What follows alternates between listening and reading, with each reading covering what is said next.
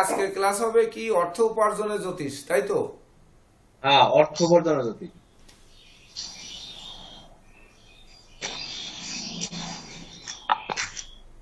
Sir এইবার টাকা ঢুকে পাবো স্যার তাহলে স্যার?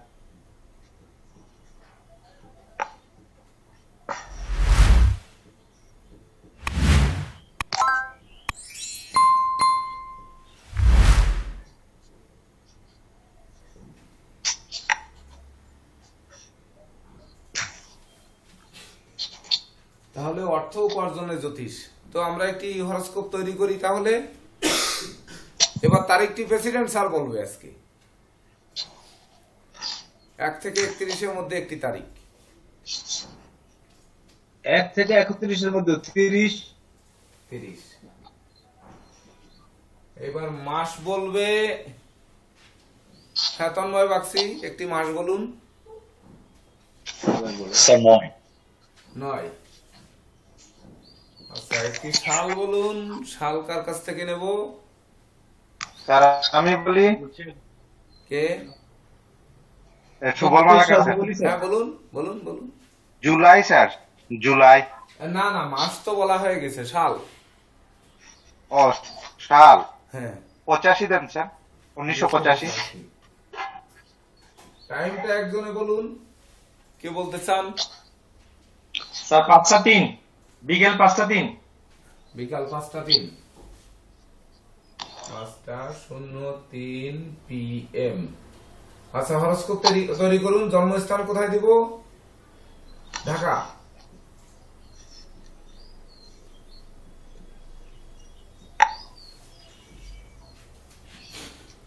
স্যার লগ্ন কুম্ভ।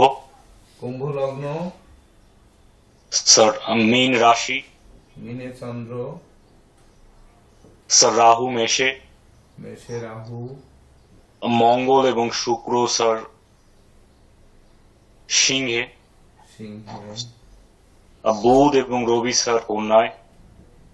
বুধ রবি কন্যায়। শনি বৃশ্চিকে স্যার। শনি বৃশ্চিকে। বৃহস্পতি নিচস্থ স্যার মকরে। জন্মবারটা স্যার সোমবার।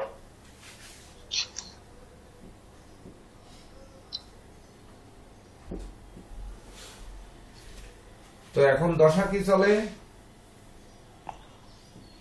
স্যার মহাদশা চন্দ্রের চলছে 29/3/2029 সাল পর্যন্ত। 29/3/2029 পর্যন্ত। রাহু স্যার ইনি কিসের দশায় জন্মগ্রহণ করেছে?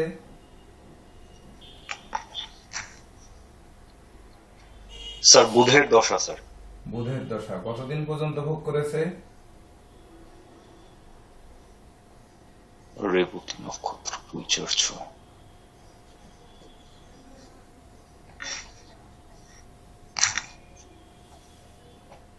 বুধের দশার লাস্টটা বলেন।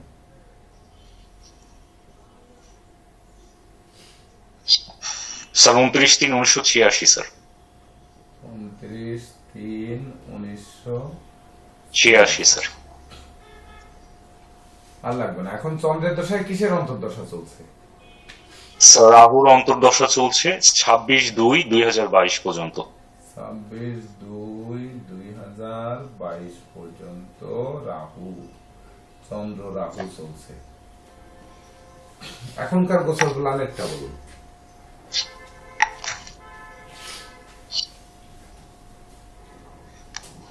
স্যার লগ্ন মেষ।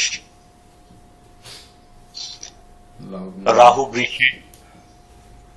বুধ এবং শনি মকরে। চন্দ্র কেতু বৃশ্চিকে।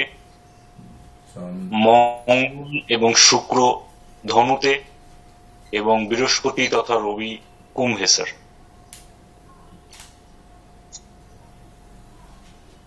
ধনুতে মঙ্গল শুক্র। জি স্যার। বুধ এবং শনি মকরে আর বৃহস্পতি এবং রবি কুম্ভে স্যার।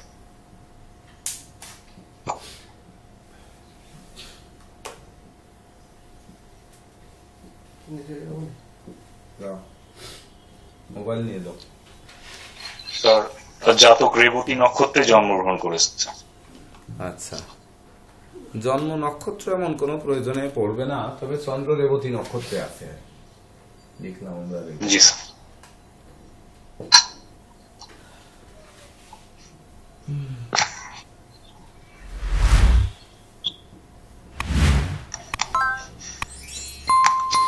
তো আমাদের ক্লাস কিন্তু প্রকৃতপক্ষে এখনই শুরু হচ্ছে, এতক্ষণ কিন্তু ক্লাস শুরু হয়নি, অর্থাৎ এখনই ক্লাস আমরা শুরু করতে যাচ্ছি। তো বাংলাদেশ ন্যাশনাল একাডেমি অফ অ্যাস্ট্রোলজির অনলাইন জ্যোতিষ শিক্ষা, আমাদের বিষয়টা হচ্ছে অর্থ উপার্জনের জ্যোতিষ। অর্থ আমাদের সবাই চাই, তো সবাই যে চাইলেই কি পাবো, অর্থ কি সবার হাতে ধরা দেবে? এখানে কিন্তু একটি কথা আমাদের সবসময় মাথায় রাখতে হবে, যে ধরুন আমাদের যেহেতু জাতক জন্মগ্রহণ করেছে হচ্ছে 30শে সেপ্টেম্বর 1985, 5টা 3 বিকাল, ঢাকা বাংলাদেশ। ঢাকা বাংলাদেশে যে লোকটি জন্মগ্রহণ করেছে, তো বাংলাদেশের কেন্দ্রীয় ব্যাংক বা সেন্ট্রাল ব্যাংক যাকে বলে, সে হচ্ছে বাংলাদেশ ব্যাংক। তো বাংলাদেশ ব্যাংকে ধরুন টাকা আছে 100 কোটি টাকা, এইবার জনসংখ্যা হচ্ছে 18 কোটি। তাহলে সবাই কি সমান ভাগে ভাগ পাবে এই টাকার? সবাই কি সমান অংশীদার? তা কিন্তু নয়। এর ভিতর 10 জন আছে বাংলাদেশের শ্রেষ্ঠ ধনী, তাদের কাছেই আছে দেখা গেল 100 কোটির 90 কোটি। আর মধ্যবিত্ত যারা আছে তাদের ভিতর দেখা যাচ্ছে আপনাদের 5 কোটি বা 7 কোটি চলে যাচ্ছে কিন্তু মধ্যবিত্তদের হাতে। মধ্যবিত্ত বলতে ধরে রাখেন আর 1 কোটি, তো চলে গেল 1 কোটি 10 জন। আর 18 কোটির এখনো বাকি থেকে গেল 16 কোটি আপনার 99,99,990 জন। তারা হচ্ছে মিলে আপনার 2 কোটি বা 5 কোটির মালিক, আমরা একটু অনুমান করলাম। তো এবার এখানে কিন্তু একটি প্রশ্ন আছে যে সবাই কিন্তু অর্থ চায়, সবাই চায় বড় হতে, সবাই চায় ধনী হতে। ধনী হতে কে না চায় এই বাজারে? তো ধনী হতে আমরা যে চাই, আসলে আমরা ধনী হব কি হব না? অর্থাৎ একটি জাতকের জাতচক্র আসবে, তার জন্মকালীন সময়ে তার বাবা মা নিয়ে আসবে নামকরণ করতে, কুষ্টি করে তার আয়ু কেমন হবে, তার ধন সম্পদ কেমন হবে, সে বিদ্যা শিক্ষা কোন দিকে করবে, সে কবে বিবাহ করবে, কবে সে সন্তান সন্ততি পাবে, কবে সে গৃহবাড়ি যানবাহন কিনবে, অর্থাৎ এগুলো কিন্তু জানতে আসবে। তো সেই শিশুটি যার জানতে আসছে তার জন্ম তারিখ হচ্ছে 30শে সেপ্টেম্বর 1985, 5টা 3 ঢাকায় জন্মগ্রহণ করেছে। তো এই দিনে যদি জাতক জন্মগ্রহণ করে, তো তার অর্থ উপার্জন কোন দিক থেকে হবে, সে কতটা অর্থের মালিক হবে। তো অর্থ শুধু আমরা প্রথমেই তো বললাম যে অর্থ চাই আর চাই। তো অর্থ দেবে কি? সাধারণত অর্থ দেবে কে, এটা কিন্তু সহজ। যে আমরা তো জানি যে লগ্নের ধনভাব অর্থ দেবে, অর্থাৎ ধন সম্পদ সম্পত্তি দেবে, ভাগ্যভাব তার ভাগ্য দেবে, সেই সঙ্গে তার কর্মভাব কর্মগুণে দেবে, আর আয়ভাব তার আয় গুণে দেবে। তাহলে সে প্রশ্ন কিন্তু 3টি আমাদের প্রেসিডেন্ট স্যার করে গেছেন, যে উপার্জনটা বৈধ পথে হবে না অবৈধ পথে হবে না দৈবভাবে হবে। এই 3টি কিন্তু বিশেষ প্রশ্ন, এই 3টি আমাদের বের করতে হবে। এইবার বৈধ পথে হবে, সেটি বৈধ পথে ওইখানে কিন্তু প্রশ্ন আর একটা আছে, কি মানে বৈধ অবৈধ গেল তো, কিন্তু আর একটা প্রশ্ন আছে না, যে আপনারে আমি এখন বিয়ে করাবো, বিয়ে করলে তারা যৌতুক দেবে না? ও আচ্ছা, যৌতুকের মাধ্যমে পাবে কিনা, শ্বশুরালয় থেকে পাবে কিনা, মানে ওইটা আছে, বোর্ড দ্বিতীয় থেকে পাবে কিনা, এগুলি তো বিচার দল যেখানে আছে, আমি সব দল চাচ্ছি। হ্যাঁ, এবং শুধু তা নয়, দ্বিতীয় বিবাহ যখন করবে সেখান থেকে পাবে কিনা, আজকে দাম নিতেই হবে স্যার, সারি দেওয়া দেই নাই। হ্যাঁ, আবার দেখা যাচ্ছে তারা তাদের সন্তানদের কাছ থেকে পাবে কিনা, বা দেখা গেল আমি প্রেসিডেন্ট স্যারের কাছ থেকে পাবো কিনা, এটাও একটা ব্যাপার। যেহেতু নতুন রূপ বদলাবো, নতুন টাইটেল পাবো, নতুন টাইটেল পেয়ে ভিক্ষার থলি নিয়ে যাব, তো সেই ভিক্ষার থলি কতটা পূর্ণ হবে, এটাও সেইটা দেবা। তো যখনই পাতবে তখন আমি 1 টাকা 25 পয়সা তোমাকে থলিতে দিয়ে দেবো। আচ্ছা আচ্ছা, তাহলে পেয়ে গেলাম, যাক, এটা চালান শুরু হইলো, তারপর তুমি পাইতেই থাকবা। তারপরে তো সবাই দেবে 1 টাকা 25 মহাচার্য ডক্টর প্রিন্সিপাল, এই দেখেন 1 টাকা 25 পয়সা কেন মুখ দিয়ে আসলো, মানে 1 25 মানে 5 আর 2 7 আর 1 8, সরি 7 1 এই সমান হচ্ছে 8 আর কেসি পাল হচ্ছে 8 এই 8 দুগুণ 16 আর 7 5 3 2 5 8 5 13 14 14 আর 3 17 মানে 8 অর্থাৎ আমি 8ই পেলাম। কিন্তু শনি কিন্তু আমার পিছু ছাড়ছে না, ছাড়ার কোনো কায়দা নেই। অর্থাৎ শনিতে আমাকে গুতায় নিয়ে বেড়াবে, তাড়ায় নিয়ে বেড়াবে, এটাই হচ্ছে নিয়ম। অর্থাৎ কখনোই শনি আমাকে স্বস্তিতে থাকতে দেবে না। তাইতে আমি 27 গুণিয়ে পৈতা পড়ি আর নাম পাল্টাই, আর নামের আগে মরহুম জুড়ি আর যাই জুড়ি না কেন, কোনোভাবেই শনি আমাকে ছাড়বে না। তো আজকের প্ল্যানেটে আজকের তারিখে শনি আছে কিনা সেটা হচ্ছে দেখে আসি। আজকে 25 তারিখে ক্লাসটি শুরু হচ্ছে, 25শে ফেব্রুয়ারি 2022। সংখ্যা তত্ত্ব নির্ণয় করলে কিন্তু 7 2 6 সমান 6 আর শুক্রবারের 6 সমান 3 বৃহস্পতি। তো এখানে শনি জয়ী হবে না বৃহস্পতি জয়ী হবে? আসলে 1 টাকা 25 পয়সা আমি পাবো কি পাবো না। ক্লাসটি কিন্তু শুরু হচ্ছে বৃহস্পতির তারিখে বা বৃহস্পতির সংখ্যায়, আর কেতু কিন্তু এই তারিখের মূল মালিক। অর্থাৎ 1 টাকা 25 পয়সা প্রাপ্তির পথে কিন্তু বাধা আছে, কারণ কেতুর তারিখে ক্লাস হচ্ছে। কেতু কিন্তু বাধা বিঘ্ন দেবেই। তাছাড়া আজকের গোচর প্ল্যানেটে কেতু কোথায়? গোচর প্ল্যানেটে কেতু কিন্তু অষ্টমে নিধন স্থানে। দেখুন সেখানেও কিন্তু আমার সেই 1 টাকা 25 পয়সা পাইতে কষ্ট আছে।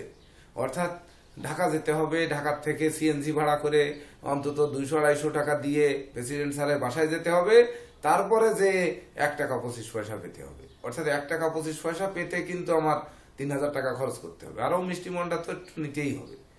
তাহলে লাভ কি হলো? উল্টে লাভ হলো না লস হলো, সেটাও কিন্তু বিচার করতে হবে।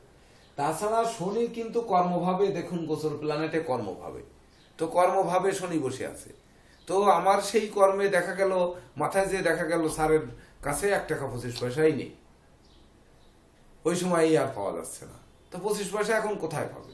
অর্থাৎ আমার প্রাপ্তি কিন্তু হবে না। অর্থাৎ এটা যতই ভিক্ষার থলি ধরি না কেন, আজকে তারিখ বলছে না যে আমাকে 1 টাকা 25 পয়সা দেবে, এটা দেওয়ার সম্ভাবনা নেই। তাছাড়া জন্মগ্রহণ করলাম কবে? 3-9-1985। এটাকে সংখ্যা তত্ত্ব করি, তাহলে 3 9 9 1 10 আর 18 আর 5 23 মানে 5 9 আর 5 রবি। 14 আর 3 17। এই দেখেন 8, দেখছেন? আর ইনি সোমবারে জন্মগ্রহণ করেছে, অর্থাৎ 2 সমান 1 রবি। রবি কোথায় আছে এখন? রবি বৃহস্পতি যুক্ত।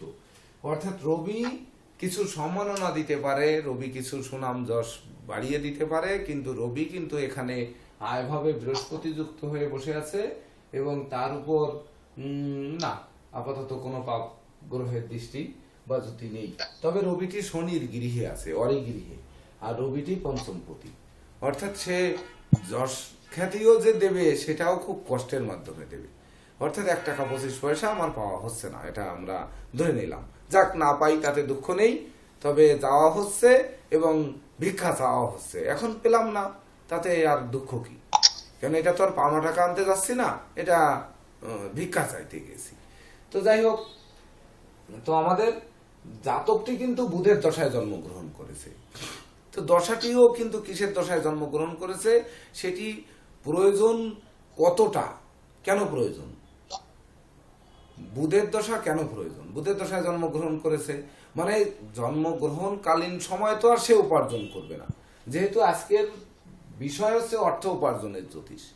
তো হ্যাঁ, উপার্জন করবে না, কিন্তু আমরা কিন্তু জানি যে কারো জন্মের পরে ভাগ্য উন্নতি হয়, কারো জন্মের পরে ভাগ্যের অবনতি ঘটে। তো ওই শিশুটি কেমন নিয়ে জন্মাবে? যেমন দুবাইয়ের যে রাজা, সেই রাজা, দুবাই না তো কি, এর মাঝে দেখলাম যে সব থেকে 300 গাড়ির মালিক,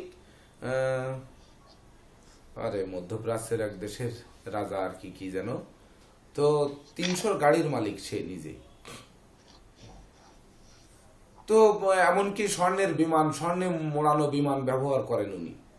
তো এই যে তানার সন্তানদের বিবাহ হয়েছে স্বর্ণের আসনে বসে তাদের বিবাহ হয়েছে, এমনকি উনি সিংহাসনটি ব্যবহার করেন স্বর্ণের। তো এই রকম ভাগ্য কি আর সবাই নিয়ে আসবে? পূর্বেই তো বললাম যে 100 কোটি টাকা আছে বাংলাদেশ ব্যাংকের, কিন্তু সবাই তো আর সেই টাকার মালিক না। এর ভিতর ধনকুবের আছে, তারপরে মিডিল ইস্টে মানে মধ্যবিত্ত আছে, তারপরে নিম্নবিত্ত আছে, উচ্চ মধ্যবিত্ত আছে, অর্থাৎ ভাগ করতে করতে গিয়ে সিংহভাগই কিন্তু নিম্নবিত্ত। তো এই জাতকটি নিম্নবিত্ত, মধ্যবিত্ত না উচ্চবিত্ত হবে, এটি হচ্ছে আমাদের বিচার্য বিষয়। তো বুধের দশাটি আমরা বুধের দশায় জন্মগ্রহণ করেছে, এটি কেন দেখব? দেখার একটি মাত্র কারণ, তা হচ্ছে বুধ জন্মকালীন সময়, যেমন আমরা দশা বিচার শিখেছিলাম, দশাপতি শুভ, আর যদি মানে দশার অন্তর্দশাপতিও শুভ হয়, মানে যার দশায় অন্তর্দশায় জন্মগ্রহণ করেছে, তাহলে বুধের দশায় কিসের অন্তর্দশায় জন্মগ্রহণ করেছে এটা তো আমরা বের করতে পারবো, আপনারা যেহেতু লিখে রেখেছেন। তো দশাপতি এখানে কি? দশাপতি লগ্নের দেখুন পঞ্চম এবং অষ্টমপতি। তো পঞ্চম এবং অষ্টমপতি হচ্ছে দশাপতি, সে বসে আছে অষ্টমে বুধ যুক্ত হয়ে নিজ গৃহে। তাহলে কুম্ভ লগ্নের ক্ষেত্রে বুধ কি, দশাপতি কি কুম্ভ লগ্নের ক্ষেত্রে? শুভ। শুভ। আচ্ছা, দশাপতি বুধ কুম্ভ লগ্নের ক্ষেত্রে শুভ। চন্দ্র মঙ্গল বৃহস্পতি পাপ, শুক্র একমাত্র শুভ। বুধের কথা কিন্তু কুম্ভ লগ্নের ক্ষেত্রে মনে হয় বলা হয় বলা হয়। বলা জি হয়। স্যার। তবে বুধ এবং- যেমন থাকবে তেমন ফল দেবে, শুধু শুভ বলে ফেললে হবে না। সে যেমন অবস্থানে আছে ঠিক তেমন ফল দেবে, কিন্তু সে কিন্তু লগ্নের অষ্টম ভাবে বসে আছে। এই যে অষ্টম ভাবে বসে আছে মানে নিধন স্থানে বসে আছে, তাহলে জন্মগ্রহণ করার পরে তার পিতার ধন সঞ্চয় হবে না ধন নিধন হবে, সে এটা হচ্ছে জন্মকালীন দেখে আসতে হবে। আর ধন উপার্জন করবে, আজকে তার বয়স 36 বছর, অর্থাৎ তার পরিপূর্ণ উপার্জনের সময়। এখন দশা চলছে তার চন্দ্রের দশা। চন্দ্র হচ্ছে ওনার লগ্নের ষষ্ঠপতি, সেই ষষ্ঠপতি চন্দ্র ধনভাবে বসে আছে। ধনভাবে বসে থেকে কিন্তু রাহুর দ্বাদশ দৃষ্টি পড়েছে। তাহলে দশাপতি কি হলো? দশাপতি বর্তমানে চন্দ্র দশাপতি, সে কিন্তু ষষ্ঠপতি, ষষ্ঠপতির তো দোষ রয়েছে, সে ধনভাবে স্যার রাহুল রয়েছে। দৃষ্টি নেই স্যার। হ্যাঁ, স্যার রাহুল রাহু দৃষ্টি নেই দৃষ্টি নেই। কেন?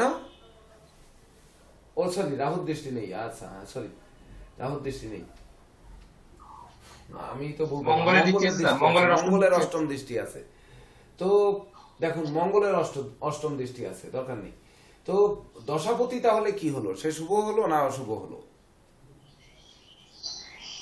লগ্ন সাপেক্ষে স্যার শত্রু তথা ভাব সাপেক্ষে স্যার অশুভ। লগ্ন সাপেক্ষে পাপ এবং ভাব জি, স্যার। সাপেক্ষেও সে অশুভ। তাহলে জি, দশাপতি স্যার। সে অশুভ রয়েছে, আর অন্তর্দশাপতি রাহু সে কিনা তৃতীয় বসে আছে। জি স্যার। তাহলে পরিবার, বিশেষ করে তৃতীয় ভাব থেকে আমরা ভাই বোন বিচার করব, তাহলে পরিবারে ভাই বোনের কাছ থেকে সে সহযোগিতা পাবে কি পাবে না? মানে খুব একটা- কোন- দৃষ্টি আছে স্যার আমার, হ্যাঁ, ও বৃহস্পতি দৃষ্টি নাই না কি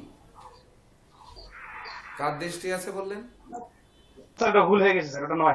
ও নয়। তাছাড়া দেখুন, বৃহস্পতিটি নিঃস্বস্ত হয়ে যে ধনপতি এবং আয়পতি, তো বৃহস্পতি আমরা পরে যাই, এখন হচ্ছে আমরা ধনভাগ্য বিচার করব যে তার ধনভাগ্য কেমন হবে। তো এক নীরজ নজরে- বাবু, নীরজ বাবু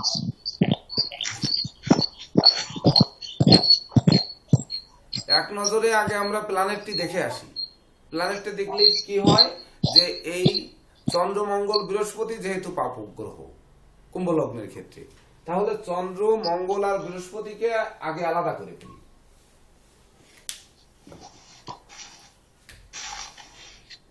চন্দ্র, এই মঙ্গল আর বৃহস্পতি, এই তিনটি হচ্ছে পাপ গ্রহ। আর কুম্ভ লগ্নের ক্ষেত্রে একমাত্র শুক্র চতুর্থ ভাগ্যপতি, শুক্র শুভ গ্রহ। তো শুক্র শুভ গ্রহ, শুক্র লগ্নের উপর দৃষ্টি দিল, মঙ্গলও লগ্নের উপরে দৃষ্টি দিল। আবার স্যার শুক্র মঙ্গলের যোগ স্যার, রাজযোগ স্যার। শুক্র মঙ্গলের যোগ রাজযোগ, কিন্তু সেটা সপ্তম ভাবে রাজযোগ। কিন্তু সপ্তম ভাবে যে প্রতি গ্রহ মঙ্গল অবস্থান করেছে, সেই মঙ্গল কিন্তু তৃতীয় এবং দশমপতি, এটা কিন্তু ভুলে গেলে চলবে না। এবং সাপেক্ষে তৃতীয় দশমপতি সে যে শুক্র যুক্ত হয়ে বসে আছে, সেই শুক্র এই লগ্নের ক্ষেত্রে একমাত্র শুভকারক গ্রহ। তো সেই শুভত্বের ছোঁয়া পেয়ে মঙ্গল কতটা শুভ হবে কুম্ভ লগ্নের ক্ষেত্রে? শুক্র মঙ্গলের সম্বন্ধ রাজযোগ তৈরি করবে। তো রাজযোগ তৈরি করবে, সেই শুক্র মঙ্গল যদি পাপযুক্ত পাপদিষ্ট না হয় তবেই না তো রাজযোগের ফল দেবে, নাকি না যে কোনো জায়গায় থাকলে রাজযোগের ফল দেবে? কুম্ভ না, লগ্নের স্যার। ক্ষেত্রে যে কোনো ঘরে থাকলেই শুক্র মঙ্গল রাজযোগের কারক দেবে, মানে ঘরের কথা উল্লেখ করা হয়নি, শুক্র মঙ্গলের সম্বন্ধ তৈরি করলেই রাজযোগ হবে। তো এইবার যদি সেই ভাবপতি গ্রহ ভাব স্থানে যদি কোনো পাপ গ্রহের দৃষ্টি বা জ্যোতি থাকে, তাহলে সেই রাজযোগের পরিমাণ কমবে না বাড়বে? কমে যাবে স্যার। তো তার উপর তো রাহুর নবম দৃষ্টি পড়েছে। শনিটা তো এই ক্ষেত্রে বৃত্তিকে রাজযোগ চলে যাবে না স্যার? হ্যাঁ, স্যার এই ক্ষেত্রে বৃত্তিকে শুক্র মঙ্গলের যোগ রাজযোগ হবে স্যার? এটা তো গোচরে, ওটা তো গোচরে। সে তো গোচর তো পরে যায়, আমরা। বছরে আমরা জন্ম প্ল্যানেটে যাই।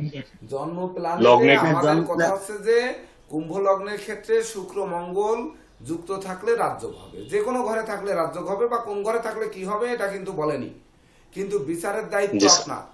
এইবার সব সেই ভাবপতি গ্রহ যে শুক্র আর মঙ্গল যেভাবে বসে আছে, সেই ভাবপতির উপর আর ওই ভাবের উপর যদি পাপ দৃষ্ট পাপযুক্ত হয়, তখন রাজযোগের পরিমাণ কমবে না বাড়বে, এটা হচ্ছে আমার প্রশ্ন।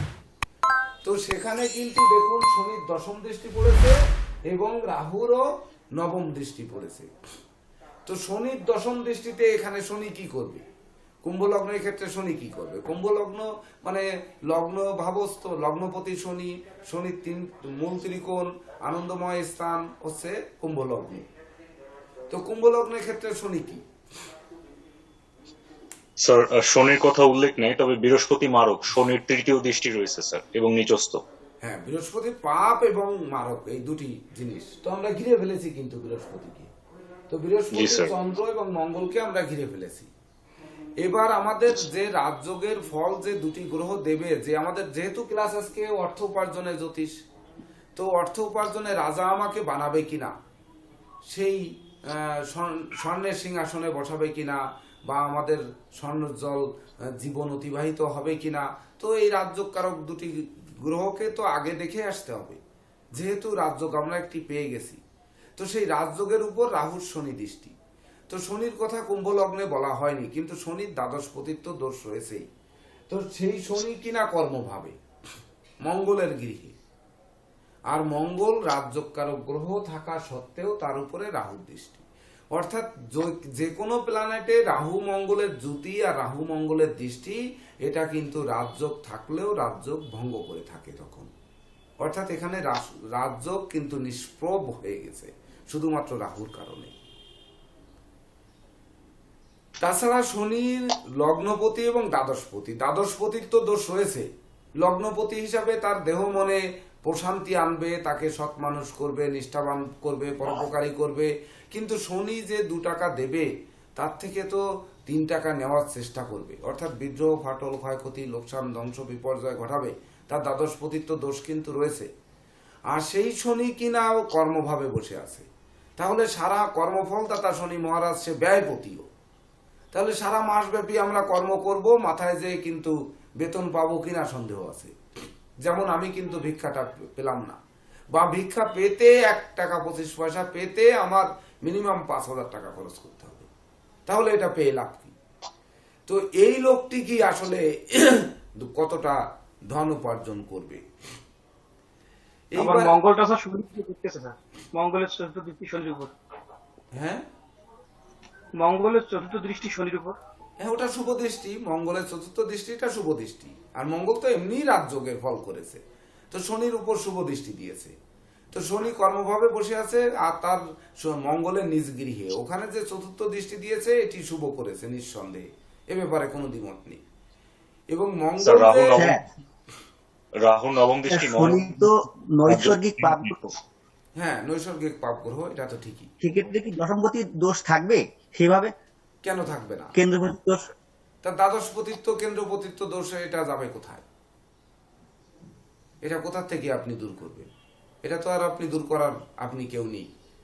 তাছাড়া আমরা বর্তমান সময়ে যেহেতু অর্থ উপার্জনের জ্যোতিষ, তো উপার্জন যখন করবে মানে বর্তমান সময়ে করছে, সে আজকে কেমন উপার্জন করছে বা এখন জীবনে সে কেমন উপার্জন করবে। তো দশাটি শুরু হয়েছে আপনার 29 মানে 29 থেকে 10 বাদ দেন 19 সাল থেকে শুরু হয়েছে। 19 সালে তার বয়স কত? অর্থাৎ 29শে মার্চ 2019-এ চন্দ্রের দশা শুরু হয়েছে। 19-এ তার বয়স কত? 19 বছর আর 15 বছর, 19, 29 আর 5, 34 বছর বয়সে তার উপার্জন শুরু হলো। ধরেন, হ্যাঁ, সাধারণ একটা মানুষ লেখাপড়া শেষ করে কর্মজীবনে ব্যবসা জীবনে পদার্পণ করতে 29 বছর লেগে যায়। সেই চন্দ্রের দশা অর্থাৎ ভাইটাল দশাটি কিন্তু পড়েছে তার। তো সেই চন্দ্র কিনা পাপ আর চন্দ্র কিনা ধনভাবে বসে আছে, আর ধনপতি এবং আয়পতি বৃহস্পতি কিন্তু মারক লক্ষণাক্রান্ত হলে মারক হবে। এমনকি পাপ আর মারক তো আছেই, তাছাড়া সে মারক লক্ষণাক্রান্ত হলে মারক হবে। সে কিন্তু নিঃস্বস্ত হয়ে বসে আছে। আরো একটু ব্যাখ্যা এখানে করে যান যে যেহেতু সপ্তমে মঙ্গল শুক্র, তাহলে সপ্তম ভাব থেকে দাম্পত্য জীবন বিচার করব, তাহলে তার বিবাহেরও সময় শ্বশুরালয় থেকে সে পাবে কিনা, দ্বিতীয় বিবাহ করে পাবে কিনা, বা ধরুন মানে ঐশ্বরিক সূত্রে পাবে কিনা, এই যে প্রশ্নগুলো প্রেসিডেন্ট স্যার করে গেছেন। তো এখানে দৈবভাবে পাওয়ার জন্য নবমে কেতু, ভাগ্য স্থানে কেতু, আর ভাগ্যাধিপতি শুক্র একমাত্র শুভকারক গ্রহ এখানে। তো ভাগ্যাধিপতি এবং চতুর্থপতি শুক্র একমাত্র শুভকারক গ্রহ, আর ভাগ্যস্থানে কেতু, মানে দৈবভাবে তার পাওয়ার সম্ভাবনা আছে। এটা ধরে নেওয়া যায় যে দৈব তাকে সহযোগিতা করবে। কিন্তু দৈব সহযোগিতা করতে গেলে কিন্তু কেতুর সঙ্গে প্রয়োজন আছে শনি মহারাজের। যে আমরা যেটি পাবো, দৈবভাবে যেটি পাবো সেটি ছিনতাই হয়ে যাবে কিনা। যেমন দুদিন আগে একটি কথা বললেন, আমি একটি লোককে বললাম যে টাকাটি এখন নিয়েই তোমরা তো মৌজ মস্তিতে আনন্দ উল্লাস করে খেয়ে উড়িয়ে দিচ্ছ, যখন বাড়িতে যাবে তখন বাড়ি যাওয়ার সময় টাকাগুলো নিয়ে যাবে, তা নিয়ে গেলে একটা আনন্দও পাবে, অর্থাৎ একবারে টাকাগুলো নিলে। বললো যে যাওয়ার পথে যদি টাকাগুলো হারিয়ে যায়, ছিনতাই হয়ে যায়। তার ভিতরে একটি লোক কিন্তু বললেন যে এই টাকা হারানো বা ছিনতাই হতে পারে না। অর্থাৎ এই যে এই টাকা মানে কোন টাকা, মানে তার কথার উত্তর হচ্ছে আমাদের মাথার ঘাম পায়ে ফেলে যে ভাবে আমরা উপার্জন করছি, এই ভাবটা যদি পরম পিতা ঈশ্বর দেখেন, সৃষ্টিকর্তা দেখেন, তো কোনো ছিনতাইকারী তার কাছে আসার কথা নয় বা ওই টাকা হারানো যাওয়ার কথা নয়। কিন্তু দেখুন, দুঃখী কিন্তু চিরকালই আরো দুঃখী হতে থাকে। তো তার উপরে দৈব আসলে কতটা সহযোগিতা করবে। তো এখানে কিন্তু দৈব তাকে সহযোগিতা করছে, যে ভাগ্যভাবে যেহেতু কেতু বসে আছে, তো দৈব তাকে সহযোগিতা করছে। দৈবভাবে যেটা পাবে সে ধরে রাখতে পারবে কিনা। জীবনে অনেকে দেখেছি লটারি পেয়ে রাতারাতি কোটিপতি হয়ে গেছে। সেই কোটিপতি হয়ে কি সে কোটিপতির অবস্থান থেকে আরো উপরে উঠেছে, না উৎপাতের ধন চিৎপাতে গেছে? অর্থাৎ দৈবভাবে সে পেয়েছে, পাওয়াটা কিন্তু দৈব সহযোগিতা করেছে। কিন্তু সঞ্চয়টা কি দৈব সহযোগিতা করেছে, না সে নিজে সঞ্চয় করার চেষ্টা করবে, বা কোন গ্রহ তাকে করবে? এখানে কিন্তু শনি করবে। তো শনি কিন্তু দ্বাদশপতি, সে কর্মভাবে বসে আছে। অর্থাৎ এমন কর্ম করে বসবে তার হাত থেকে কিন্তু ওই দৈবভাবে প্রাপ্তিটা সরে যেতে পারে। পারে না? পারে কিনা?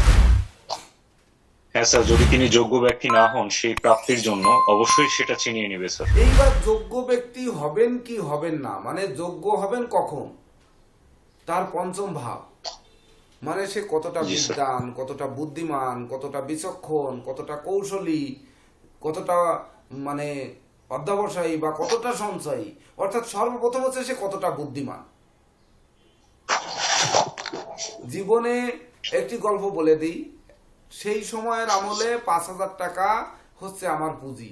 5,000 টাকা নিয়ে আমি যাচ্ছি, কেটসের ভিতরের পটি, জিব্বার মতো যে পটিটা থাকে, পাওয়ার কেটসের পটির ভিতরে 5,000 টাকা ঢুকানো, হাতে একটি ঘড়ি, চোখে চশমা একটি জিন্সের প্যান্ট পরা, একটি গেঞ্জি পরা, এই অবস্থায় যাচ্ছি। ডাকাতে ধরেছে, ভ্যানে করে যাচ্ছি।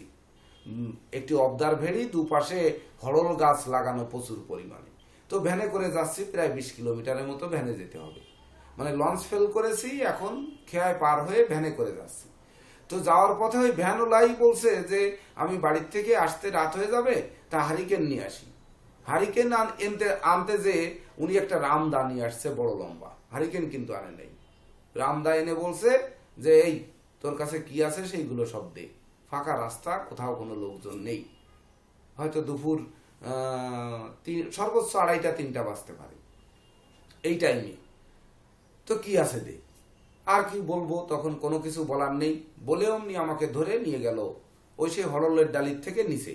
সেখানে দেখি কি আর 2জন লোক দাঁড়ানো। তার মানে ওই রামদা দিয়ে আমাকে দেবে একেবারে ওখানে জবাই দিয়ে, যদি কিছু না দিই।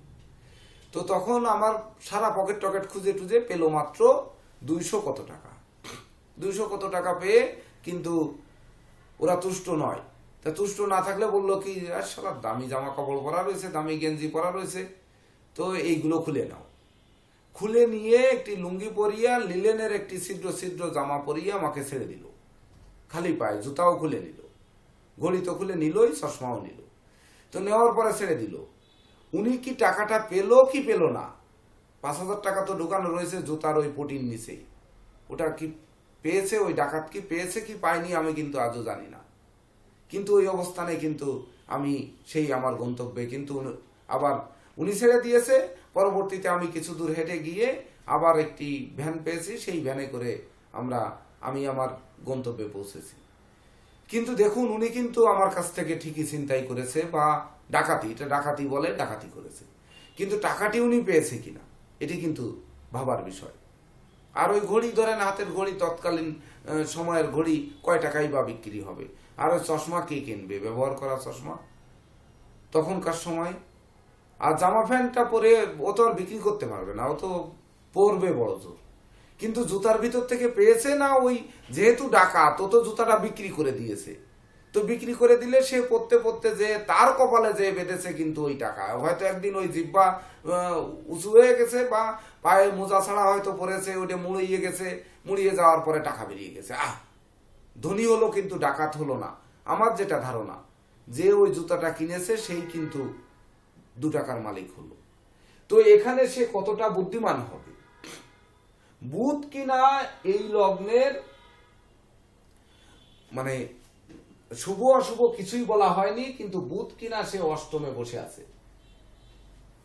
তো অষ্টম ভাবে রবি বুধ যুক্ত, অর্থাৎ সপ্তম পতি অষ্টমে বসে আছে। তাহলে আমরা সেই লোক যে উপার্জন করবে, তাহলে তার বুদ্ধির দেবতা যে বুধ, এমনকি বিদ্যাপতি বুধ বা পঞ্চমপতি বুধ, আমরা যাই বলি না কেন, সে কিনা অষ্টমে নিধন স্থানে বসে আছে। তাহলে সে কতটা বুদ্ধিমান, কতটা বিচক্ষণ, কতটা কৌশলী হতে পারে বলেন। নিশ্চয়ই রবি যুক্ত আছে স্যার, হ্যাঁ। আর বৃহস্পতি দ্বাদশ থেকে দৃষ্টি দিচ্ছে স্যার, 9ম দৃষ্টি। তাহলে বুদ্ধিমান তো খুব একটা হবে না স্যার, কারণ তার মধ্যে বদ রাগী হবে স্যার, রাগের কারণে বুদ্ধি ধ্বংস হয়ে যাবে স্যার। হ্যাঁ, সে খুব একটা যে বুদ্ধিমান হবে, কৌশলী হবে, তা হওয়ার কথা নয়। এর মূল আরেকটি কারণ কিন্তু এখানে আছে। সে কিন্তু রাশির সপ্তমে কিন্তু বসা আছে রবি বুধ। শুধু লগ্ন সাপেক্ষে দেখলে হবে না, রাশির সপ্তমে কিন্তু রবি বুধ বসে আছে, সপ্তম পতি সপ্তম ভাবে।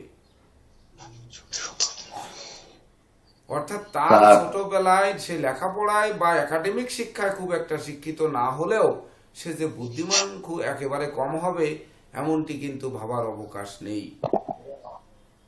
স্যার অষ্টম থেকে তো মানে কমন সেন্সটা বিচার করা হয়, তো সেখানেই স্যার মানে বুধ রবি বসে আছে, তার সাথে বৃহস্পতির 9ম দৃষ্টি পড়েছে ওইভাবে, তাহলে তো অষ্টম ভাব সম্পর্কিত তার শুভই হওয়ার কথা। তাছাড়া অষ্টমপতি অষ্টমেই বসে আছে, তা তো কমন সেন্সটা ভালো থাকবে। হ্যাঁ, লগ্ন সাপেক্ষে যতটা ভালো না থাকবে, ভালো থাকবে না, আমি মেনেই নিলাম, ভালো থাকবে না, মানে খুব একটা থাকবে না, ওই আপনি যতটুকু বললেন অতটুকু থাকবে না। যে বৃহস্পতি তো নিচস্থ বৃহস্পতি, পাপ বৃহস্পতির দৃষ্টি, তো অতটা ভালো কিন্তু সে ওখানে থাকবে না। তো না থাকা সত্ত্বেও কিন্তু চন্দ্রের সপ্তমে বসে আছে। এক্ষেত্রে চন্দ্রের মীন লগ্নে মীন রাশি, তার চতুর্থপতি এবং সপ্তমপতি সপ্তমে বসে আছে। চন্দ্র দৃষ্টিও দিয়েছে স্যার আবার। হ্যাঁ, আবার চন্দ্রের দৃষ্টিও আছে তার উপর। তাহলে স্যার সেই ক্ষেত্রে শনির তৃতীয় দৃষ্টি স্যার মানে বৃহস্পতির উপরে তো পড়েছে, মানে সেক্ষেত্রে কি নীচভঙ্গ রাজযোগ তৈরি হয়নি? শনি মানে বৃহস্পতি স্যার একটু পাওয়ার কি পাইনি শনির কাছ থেকে? এখানে নিজভঙ্গ রাজযোগ নিজভঙ্গ রাজযোগের এখানে কোনো কারণই তৈরি হয়নি। এই রাজযোগ তো স্যার ওই যে direct মানে শনির গৃহে, স্যার শনি- মানে শনির গৃহে হ্যাঁ, আহ, বৃহস্পতি। দৃষ্টি পড়েছে নিজের উপর। হ্যাঁ, হ্যাঁ, বৃহস্পতি বৃহস্পতি যেখানে রাজ- আছে নিচস্থ, শনি সেখানে তো তৃতীয় দৃষ্টি মিনে পড়েছে। যেত সেক্ষেত্রে বলতে পারতাম। শনি তৃতীয় দৃষ্টি করেছে। জি স্যার। হ্যাঁ এতে নিজভঙ্গ আর রাজযোগের কি হবে? শনি যদি মিনে যেত সেক্ষেত্রে বলা যেতেই পারতো স্যার। শনিটা যদি মিনে থাকতো হ্যাঁ, তাহলেও বা কিভাবে বলা যেত? স্যার, বৃহস্পতি নিচস্থ। স্যার মানে ওই যে নিচস্থ শনি যদি গ্রহের উপরে তোলায় থাকতো। জনিত কারণে, তখন ক্ষেত্র বিনিময় জনিত কারণে বলা যেত। জি স্যার। কিন্তু তার শনি তোলায় থাকলে হতো স্যার। হ্যাঁ? তোলায় থাকলে শনি যদি তোলায় থেকে দৃষ্টি দিত স্যার। হ্যাঁ, তুলায় থেকে যদি তুঙ্গস্থ থেকে যদি দৃষ্টি দিত তাতেও দৃষ্টি পেত না। না, তার দৃষ্টি- তুলায় থাকলে কি দৃষ্টি পড়তো কিভাবে? দৃষ্টি পাচ্ছি না স্যার। তাতে তো আর দৃষ্টি পড়তো না। না, দৃষ্টি পড়তো না স্যার, একমাত্র ওই তুঙ্গস্থ স্থান থেকে দৃষ্টি দিলেই স্যার নিচভঙ্গটা হবে আমার ধারণা আর কি স্যার। না, তাতে কিভাবে? বৃহস্পতি তো কুম্ভ লগ্নের ক্ষেত্রে পাপক গ্রহ এবং মারক গ্রহ। হ্যাঁ। তো তার উপর শনির দৃষ্টি পড়ে সেই মারকত্ব দোষ দূর করবে, তো একটি আরেকটি শুভ দৃষ্টি তো আসতে হবে। তো শনিটি তো এখানে শুভকারক নয়, লগ্নটা তো কুম্ভ। এখানে বলা যেত যে যে লগ্নে শনি রাজযোগকারক গ্রহ, সেই লগ্নে শনির যদি দৃষ্টি পড়তো তখন না নিজভঙ্গ রাজযোগ তৈরি করতো। তো শনি হ্যাঁ স্যার, এমনিতে দ্বাদশে থাকার কারণে সেটা এমনি হবে না অতটা ভালো, কিন্তু মানে নিচস্থ গ্রহের উপরে যদি ওই গ্রহের মালিকের যদি দৃষ্টি পড়ে তাহলে তো মানে নিচভঙ্গটা হয় এমনিতে, তবে দ্বাদশ ভাব হওয়াতে স্যার সেটা আর হচ্ছে হ্যাঁ, না। সেটা আর হচ্ছে না, সেটা আর হচ্ছে না। ব্যস্ত হয়ে গেছে, তার মারক আর দৃষ্টি আছে। হতো যদি শনি রাজযোগকারক হতো, মানে যে লগ্নের শনি রাজযোগ, কোন লগ্নে শনি রাজযোগকারক? স্যার বৃষ লগ্নে। বৃষ লগ্নে। বৃষ লগ্নে। তো বৃষ লগ্নের লগ্নে। শনি রাজযোগকারক হয়ে সে যদি দেখা- দৃষ্টি দিত কোন নিচস্থ গ্রহের উপর, তখন না দেখা যাচ্ছে ওই গ্রহটা নিজভঙ্গ রাজযোগ তৈরি হতো। তো এক্ষেত্রে তো হওয়ার কথা নয়। তাহলে প্ল্যানেটে কিন্তু আমাদের কি বলছে যে এই লোক খুব যে ধনী, জননন্দিত, প্রতিষ্ঠিত বা ধরুন সে বড় কিছু হবে, এটা কিন্তু আমরা খুব একটা আপাত দৃষ্টিতে দেখতে পাচ্ছি না। তারপরেও কথা হচ্ছে যে তার অর্থভাগ্য তাহলে আমরা কোথা থেকে বিচার করব, এটি কিন্তু আমাদের জানতে হবে। শুধু এক কথায় উত্তর দিয়ে যে ধনভাব থেকে ধন ভাগ্য বিচার করব তাহলে তো আর হবে না। এখন তো সে পরিপূর্ণ বয়সী, তার জীবন সঙ্গী আছে, তার ভাই বোন আছে, তার সন্তান সন্ততিরা আছে, সন্তান জন্মের পরেও তার ভাগ্য উন্নতি হতে পারে, বা উত্তরাধিকার সূত্রে সে অনেক পেতে পারে। তো এইগুলো আমরা কিভাবে বিচার করব? তো উত্তরাধিকার সূত্র আমরা পঞ্চম ভাব থেকে বিচার করি, জীবন সঙ্গীর তরফ থেকে পাবো কিনা সেটা সপ্তম ভাব থেকে বিচার করি, শ্যালক শালিকার থেকে পাবো কিনা সপ্তমের তৃতীয় থেকে বিচার অর্থাৎ দশম থেকে বিচার করি, সপ্তমের চতুর্থ থেকে শ্বশুরের কাছ থেকে পাবো কিনা সেটা বিচার করি। তারপরে ধরুন সপ্তমের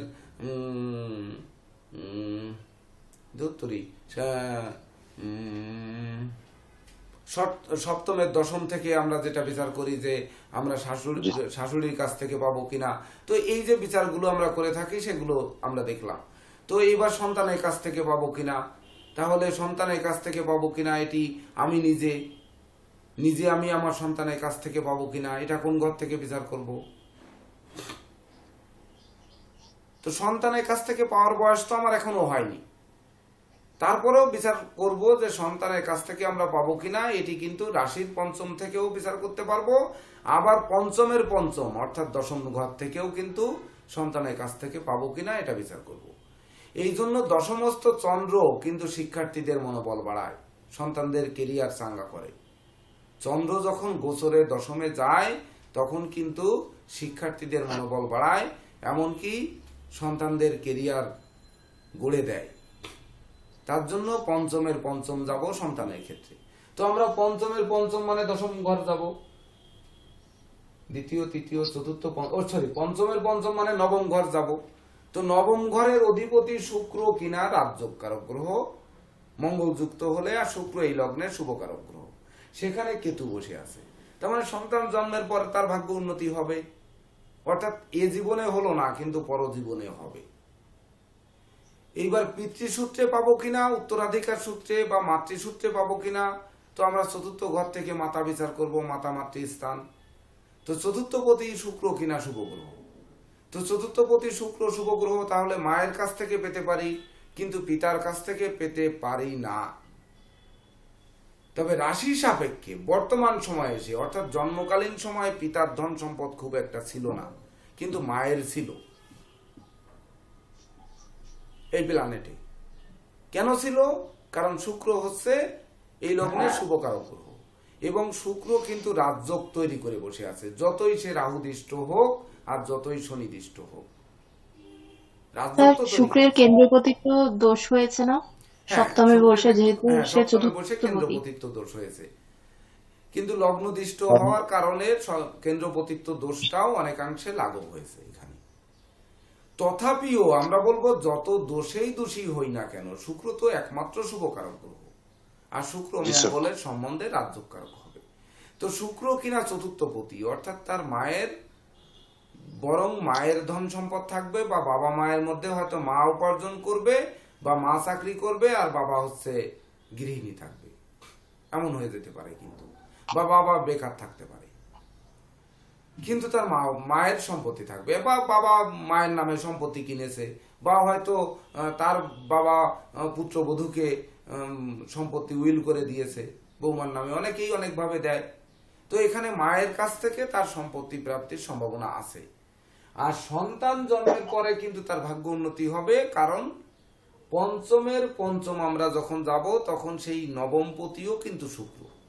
তো নবমপতি শুক্র হলে সেই নবম ভাবে কিন্তু কেতু বসে আছে, যে কথাটি আমরা অনেকবার বলেছি যে ধনভাবস্থ কেতু, নবম দশম একাদশ ভাবস্থ কেতু যত বড় অশুভ যুক্ত হোক না কেন, এই কেতু কিন্তু মাঝপথ থেকে থরে থরে শুভ ফল দেবে, কোনো না কোনো ভাবে সে কিন্তু শুভ ফল দেবে। তাই তো এই শনির সঙ্গে কেতুর সঙ্গে তো রাহুর দৃষ্টি। আমি একটা বিষয় বলি স্যার। হ্যাঁ বলেন স্যার। ওই শুক্র মঙ্গলের উপরে যে স্যার রাহু দৃষ্টি দিচ্ছে স্যার, রাহু তো স্যার ওই মঙ্গলের ঘরে বসে দৃষ্টি দিচ্ছে স্যার, আর রাহু তো তারটাও যে শুভ ফল দেয়, সেক্ষেত্রে কি স্যার ওই শুক্র মঙ্গলের রাজযোগকে রাহুর দৃষ্টি খুব ক্ষতি করতে পারবে স্যার? ক্ষতি আবার লগ্নপতি দৃষ্টি আছে, ক্ষতি করতে যতটুকুই পারুক না কেন, কিছু না কিছু সে করতে পারবেই, কিছু না কিছু সে ক্ষতি করতে পারবেই। রাহুর দৃষ্টি ক্ষতি করবে না, এটা কোনো ক্রমে রাহুর দৃষ্টি শুভ হবে এটি হতেই পারে না, যত ঘরেই থাকুক না কেন। তুঙ্গস্থ রাহুর দৃষ্টি, এবার কি করবেন? ভাগ্যস্থানে তুঙ্গস্থ রাহু, তার দৃষ্টি পড়েছে, কি করবেন? ভাগ্যস্থানে বা আয়ভাবে রাহু তুঙ্গস্থ হয়েছে, বা কর্মভাবে রাহু পঞ্চম ভাবে রাহু তুঙ্গস্থ হয়েছে, বা চতুর্থ ভাবে তুঙ্গস্থ হয়েছে। তো পঞ্চম ভাবে রাহু তুঙ্গস্থ হয়েছে মানে রাহুর অবস্থান অপেক্ষা রাহুর দৃষ্টি ভয়ঙ্কর, এটি কিন্তু বারবার বলেছি। তো পঞ্চম ভাবে তুঙ্গস্থ রাহু, এর থেকে শুভ তো আর তৃতীয় ভাবস্থ রাহু না, নাকি? জি স্যার। মিথুনে তুঙ্গস্থ রাহু প্রথম পদ্ধতি, দ্বিতীয় পদ্ধতিতে বৃষে তুঙ্গস্থ রাহু। তো আমরা চতুর্থ ঘরকে বাদ দিলাম, পঞ্চম ঘর বিদ্যা ভাবে তুঙ্গস্থ রাহু। বিদ্যা ভাবকে যত না সে ক্ষতি করতে পারবে, তার থেকে দৃষ্টি দিয়ে কিন্তু লগ্ন ভাবকে তার পঞ্চম দৃষ্টি দিয়ে নিশ্চিত ক্ষতি করতে পারবে, তার সপ্তম দৃষ্টি দিয়ে আয় ভাবকে সে কিন্তু দমিয়ে ফেলতে পারবে, তার নবম দৃষ্টি দিয়ে ভাগ্য ভাবকে কিন্তু ধ্বংস করতে অবশ্যই পারবে। আর হচ্ছে ওই সপ্তম নবম আর ষষ্ঠ ভাবে দ্বাদশ দৃষ্টি দিয়ে কিন্তু তার মানে ষষ্ঠ ভাবকেও কিন্তু বিপর্যস্ত করতে পারবে। এই ব্যাপারে কোনো দ্বিমত নেই, এর কোন সূত্র হলে আমি সেটি কিন্তু মানব না। এটা কথা বলতে, হ্যাঁ বলেন। এটা হচ্ছে রাহু নবম দৃষ্টি মঙ্গলকে নবম দৃষ্টি দিয়ে সেটা অঙ্গারক যোগ করেছে স্যার কিছুটা, এবং শুক্রকে নবম দৃষ্টি দিয়ে স্যার কামক যোগ সৃষ্টি করেছে। স্যার একে কি রক্ষা করতে পারে অর্থ সামর্থ্য দিয়ে তার স্ত্রীর ভাগ্য?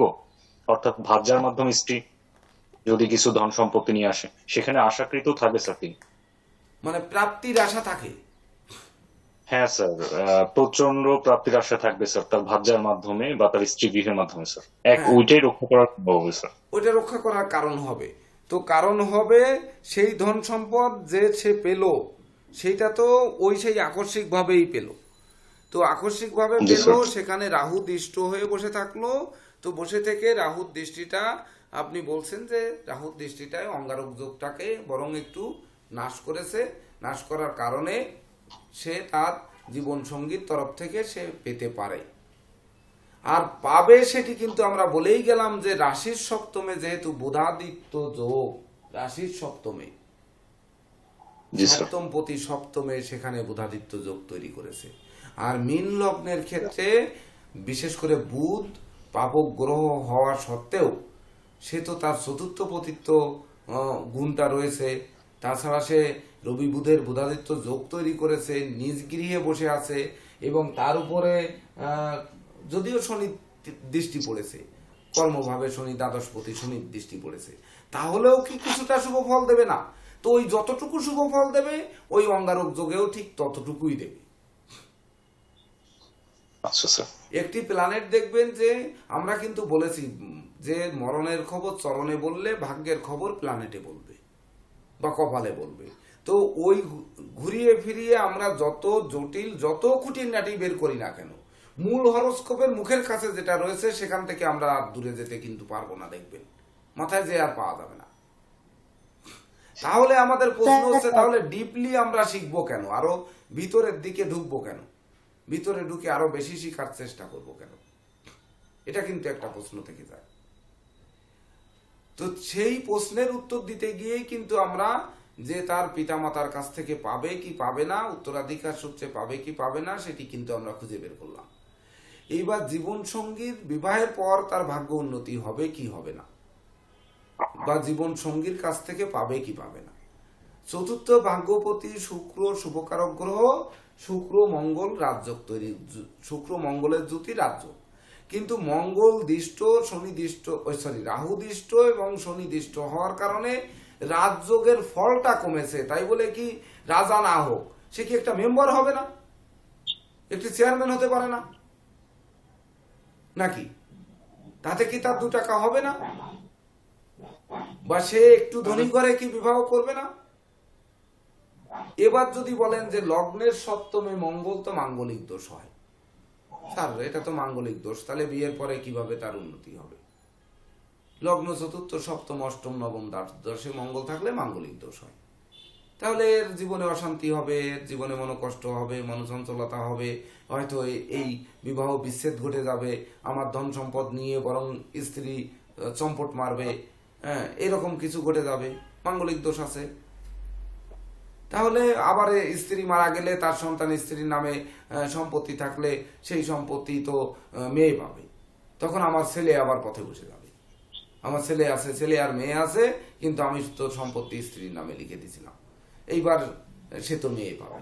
মানে হিন্দু ধর্মের রীতি অনুযায়ী, ইসলাম ধর্মে তো আবার সমান সমান ভাবে পাবে। তো এই যে একটা ব্যাপার এখানে রয়ে গেছে, তো সে কি করবে? অর্থাৎ জীবন সঙ্গী তার কেমন হবে? এই মাঙ্গলিক দোষে কি তার জীবন সঙ্গী ধন সম্পদ রক্ষা করবে কি করবে না? স্যার করবে স্যার, চন্দ্রের নবমে স্যার শনি বসে আছে স্যার। এইবার জীবন সঙ্গীর কোন ঘর থেকে তার ধনভাব বিচার করা হয়? সপ্তমের দ্বিতীয় না স্যার? সপ্তমের দ্বিতীয় হলে তাহলে তো অষ্টম ঘর হলো, তাহলে কি করে হয়? স্যার আবার লগ্নে নবম তো হলো স্যার। হ্যাঁ লগ্নে নবম হলো স্যার। না না, সপ্তমের দ্বিতীয় মানে তো অষ্টম ঘর। জি স্যার। সপ্তমের দ্বিতীয় মানে অষ্টম ঘর, তাহলে লগ্নের আবার জি নবম স্যার। হচ্ছে কি করে? লগ্নের তো অষ্টম ঘর। জি স্যার। জি স্যার। তাহলে এটি কোন ঘর থেকে আমরা বিচার করব? স্যার এটা তো অষ্টম থেকে বিচার করা হয় স্যার। অষ্টম থেকে শ্বশুর বাড়ির ধন সম্পত্তি, স্ত্রীর গয়নাগাটি, এগুলো তো স্যার বিচার করা, দাম্পত্য সুখ পাবে কিনা। শ্বশুর বাড়ির ধন সম্পত্তি আর স্ত্রীর গয়নাগাটি তো আর তার নিজস্ব ধন সম্পত্তি না, আচ্ছা। সেটা তো তার বাবার কাছ থেকে পাচ্ছে, বা ধরেন অপরের কাছ থেকে পাচ্ছে, নিজস্ব কি হচ্ছে তার, সে তার স্বামীর কাছ থেকে কি পাচ্ছে এটা কোথা থেকে বিচার করা হবে, বা নিজে উপার্জন করবে এটা কোথা থেকে বিচার করা হবে, জীবন সঙ্গী কোন পথ থেকে উপার্জন করবে এটি কোথা থেকে বিচার করা হবে। স্যার তাহলে তো প্রাপ্তির ঘর দেখতে হয়, সপ্তমের একাদশ কিনা লগ্নের পঞ্চম। সব সেটা তো প্রাপ্তি, মানে কার কাছ থেকে পাচ্ছি। হ্যাঁ স্যার, ধন সম্পত্তি পাওয়ার সপ্তমের দশম হবে কি স্যার? হ্যাঁ,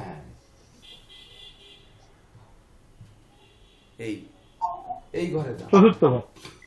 এখানে যান। তো সপ্তমের দশম ঘর থেকে জীবন সঙ্গী নিজে উপার্জন করবে কি করবে না, নিজে কর্ম করে উপার্জন করবে নাকি সে প্রাপ্তির মাধ্যমে তার ধন সম্পদ হবে। সোনা গহনা বিবাহে তো অনেকেই গিফট পায়, বা বাবাও মেয়েকে কখনো শূন্য হাতে বিয়ে দেয় না, এমনকি ছেলেকে বিবাহ দেওয়ার সময়ও বাবা সাধ্যমতো চেষ্টা করে যে একটা কিছু তার আশীর্বাদের দিন অন্তত দেই, বা বিবাহের দিন কিছু দেই, পুত্রবধূকে কিছু দেই। এটা কিন্তু প্রত্যেক বাবা মা চেষ্টা করে তাদের সাধ্য মোতাবেক। কিন্তু জীবন সাথী বা জীবন সঙ্গী উপার্জন করবে কিনা সপ্তমের দশম ঘরে যেতে হবে, সেটি কিন্তু চতুর্থ ভাব। তা চতুর্থ ভাবপতি কিনা রাজযোগ তৈরি করেছে, অর্থাৎ ইনি যতটা ধনবান হবেন তার থেকে ইনার জীবন সঙ্গী বেশি ধনবান হবেন।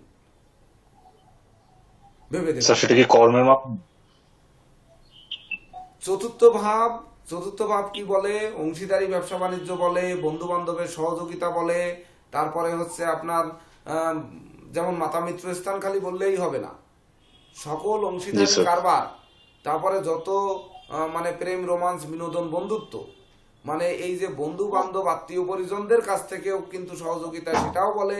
অংশীদারি ব্যবসা বাণিজ্যও বলে, এমনকি সহকর্মীদের সহযোগিতা সেটাও বলে। সবই কিন্তু এই চতুর্থ ঘর। চতুর্থ ভাবে স্যার বৃহস্পতি, রাহু আর শনির দৃষ্টি আছে।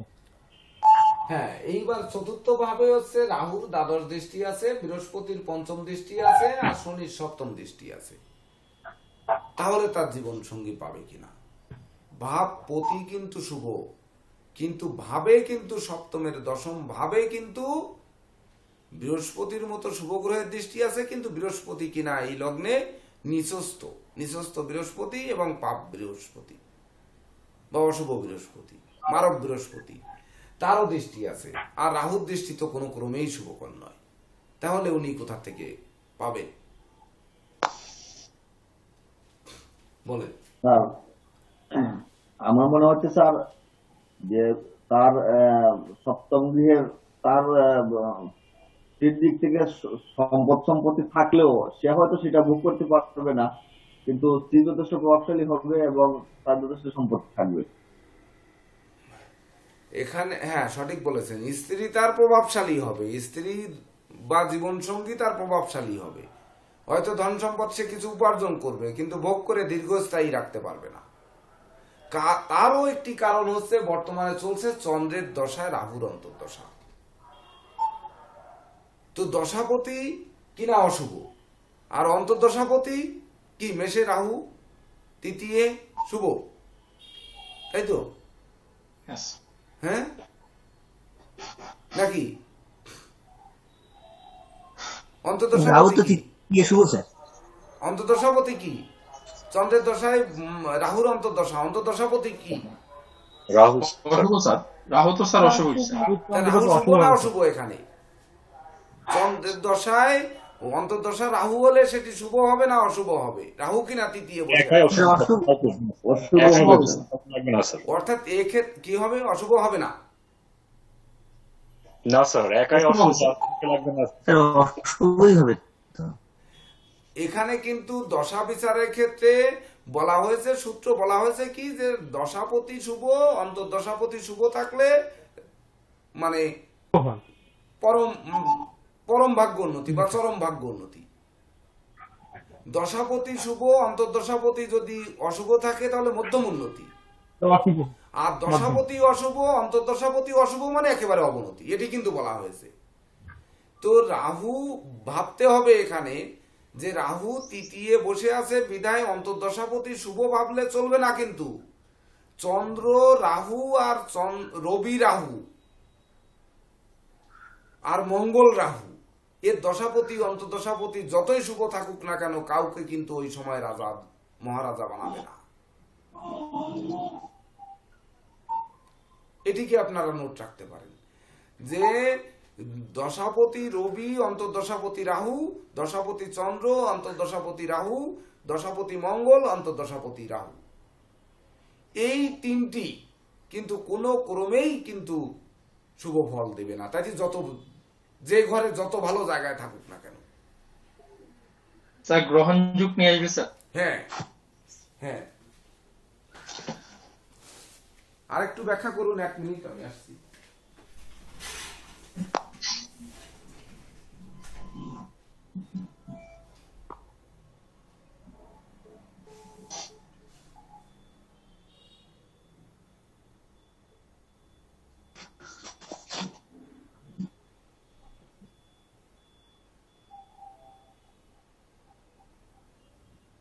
দাদা স্যার কি বললো, রবিচন্দ্র মঙ্গলের দশা রাহুর অন্তর্দশা অশুভ ফল।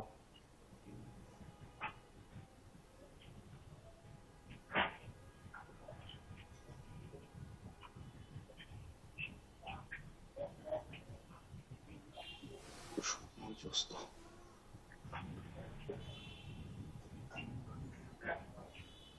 দুই, চার, ছয়, সাত, আট, শুক্র তুলায়।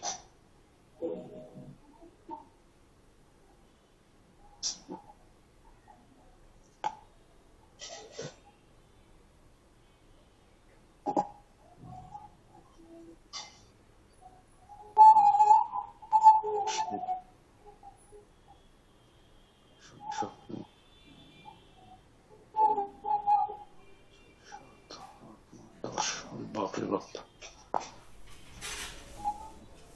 4, 5, 6, 7, 8, 9, 10। জয়ন্তদা, তন্ময়দা, কর্মভাব হ্যাঁ, কি বিচার যত- করা হয়ে গেছে? না, আমরা কর্মভাবে এখনো তো যাইনি, নিচু শ্রেণীর এখনো যাইনি আমরা কর্মভাবে। স্যার শনির আবার দশম দৃষ্টি মঙ্গলে পড়েছে সপ্তমে। না, মঙ্গলের উপর তো দশম দৃষ্টি, ওই শনির দশম দৃষ্টি পড়েছে, এটা তো আমরা পূর্বেই রেখেছি। আর দশম ভাবে তো শনি বসে আছে, এটা তো আমরা পূর্বেই রেখেছি। কিন্তু আমাদের কথা হচ্ছে যে এই লোকের যদি স্যার আমরা অর্থ বিচার করতে চাই স্যার, হ্যাঁ, এই লোকের যদি স্যার অর্থ বিচার করতে চাই, দর্শন বিচার করতে চাই, তিনটা করা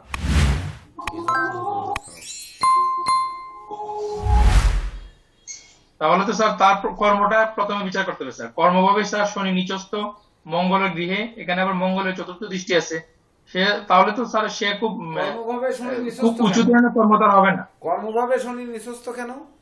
না দাদা, না, সে হবে। নিচস্থ বলতে ওই নিচু এরিয়াতে আছে আর কি, সেটাতে বলছি স্যার। নিচু এরিয়া আবার কি? বৃহস্পতি নিচস্থ, হ্যাঁ বৃহস্পতি নিচস্থ, ঠিক আছে। স্যার মঙ্গলের গ্রহে শনি আছে আর মঙ্গলের চতুর্থ দৃষ্টি আছে, হ্যাঁ, তার জন্য কর্ম কি তো স্যার শনি খুব উঁচু নিঃস্বস্ত মানের হবে হয়ে না গেল? স্যার। নিচস্থ না স্যার, এটা এমনি বল। ঠিক আছে। তুলায় নিচস্থ হবে স্যার, হ্যাঁ, তুলায় তুঙ্গস্থ। যে তুলায় তুঙ্গ স্যার মেষের নিচস্থ হবে স্যার। হ্যাঁ হ্যাঁ, তুলা, দশম দৃষ্টি মঙ্গলের চতুর্থ দৃষ্টি শনি, আবার শনির দশম দৃষ্টি মঙ্গলকে দিয়েছে, বৃহস্পতি নিচস্থ। তাহলে এই লোকের ধন সম্পদ হবে কখন? স্যার এর কর্মটা ভালো হবে।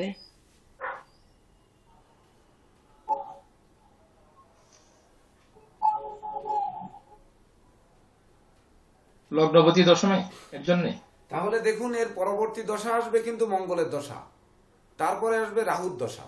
তা ষড় দশার পরে আমরা মনে হয় রাহুর দশায় মনে হয় ষড় দশা শেষ হয়ে যাবে নাকি তন্ময় বাবু? জি স্যার। প্ল্যানেট আপনি বের করছিলেন না? জি স্যার। রাহুর দশায় মনে হয় ষড় দশা শেষ হয়ে যাবে। আমরা সাধারণত ষড় দশার পরে আর বিচার করতে চাই না। তারপরে যে বৃহস্পতির দশা আসবে, সেটিও যে বৃহস্পতির দশা, বৃহস্পতি তো এই লগ্নে পাপ এবং মারক, সে তো দ্বাদশে বসে আছে। তাহলে তার ধন সম্পদ কোন বয়সে হবে আর কোন কোন দিক থেকে হবে এইবার কিন্তু রাহু মূল ক্লাসে রাহু আমাদের মনোযোগ দিতে হবে। তাহলে কি স্যার সে- রাহু 54 সাল পর্যন্ত আছে স্যার। হ্যাঁ রাহু 54 সাল পর্যন্ত আছে স্যার, 2054। হ্যাঁ 2054 পর্যন্ত থাকুক রাহু। এর আগে মঙ্গল হচ্ছে 2029 পরে 7 বছর, 29 আর 7 36, 2036 সাল পর্যন্ত, তারপরে হচ্ছে 18 বছর যাচ্ছে রাহু। জি স্যার।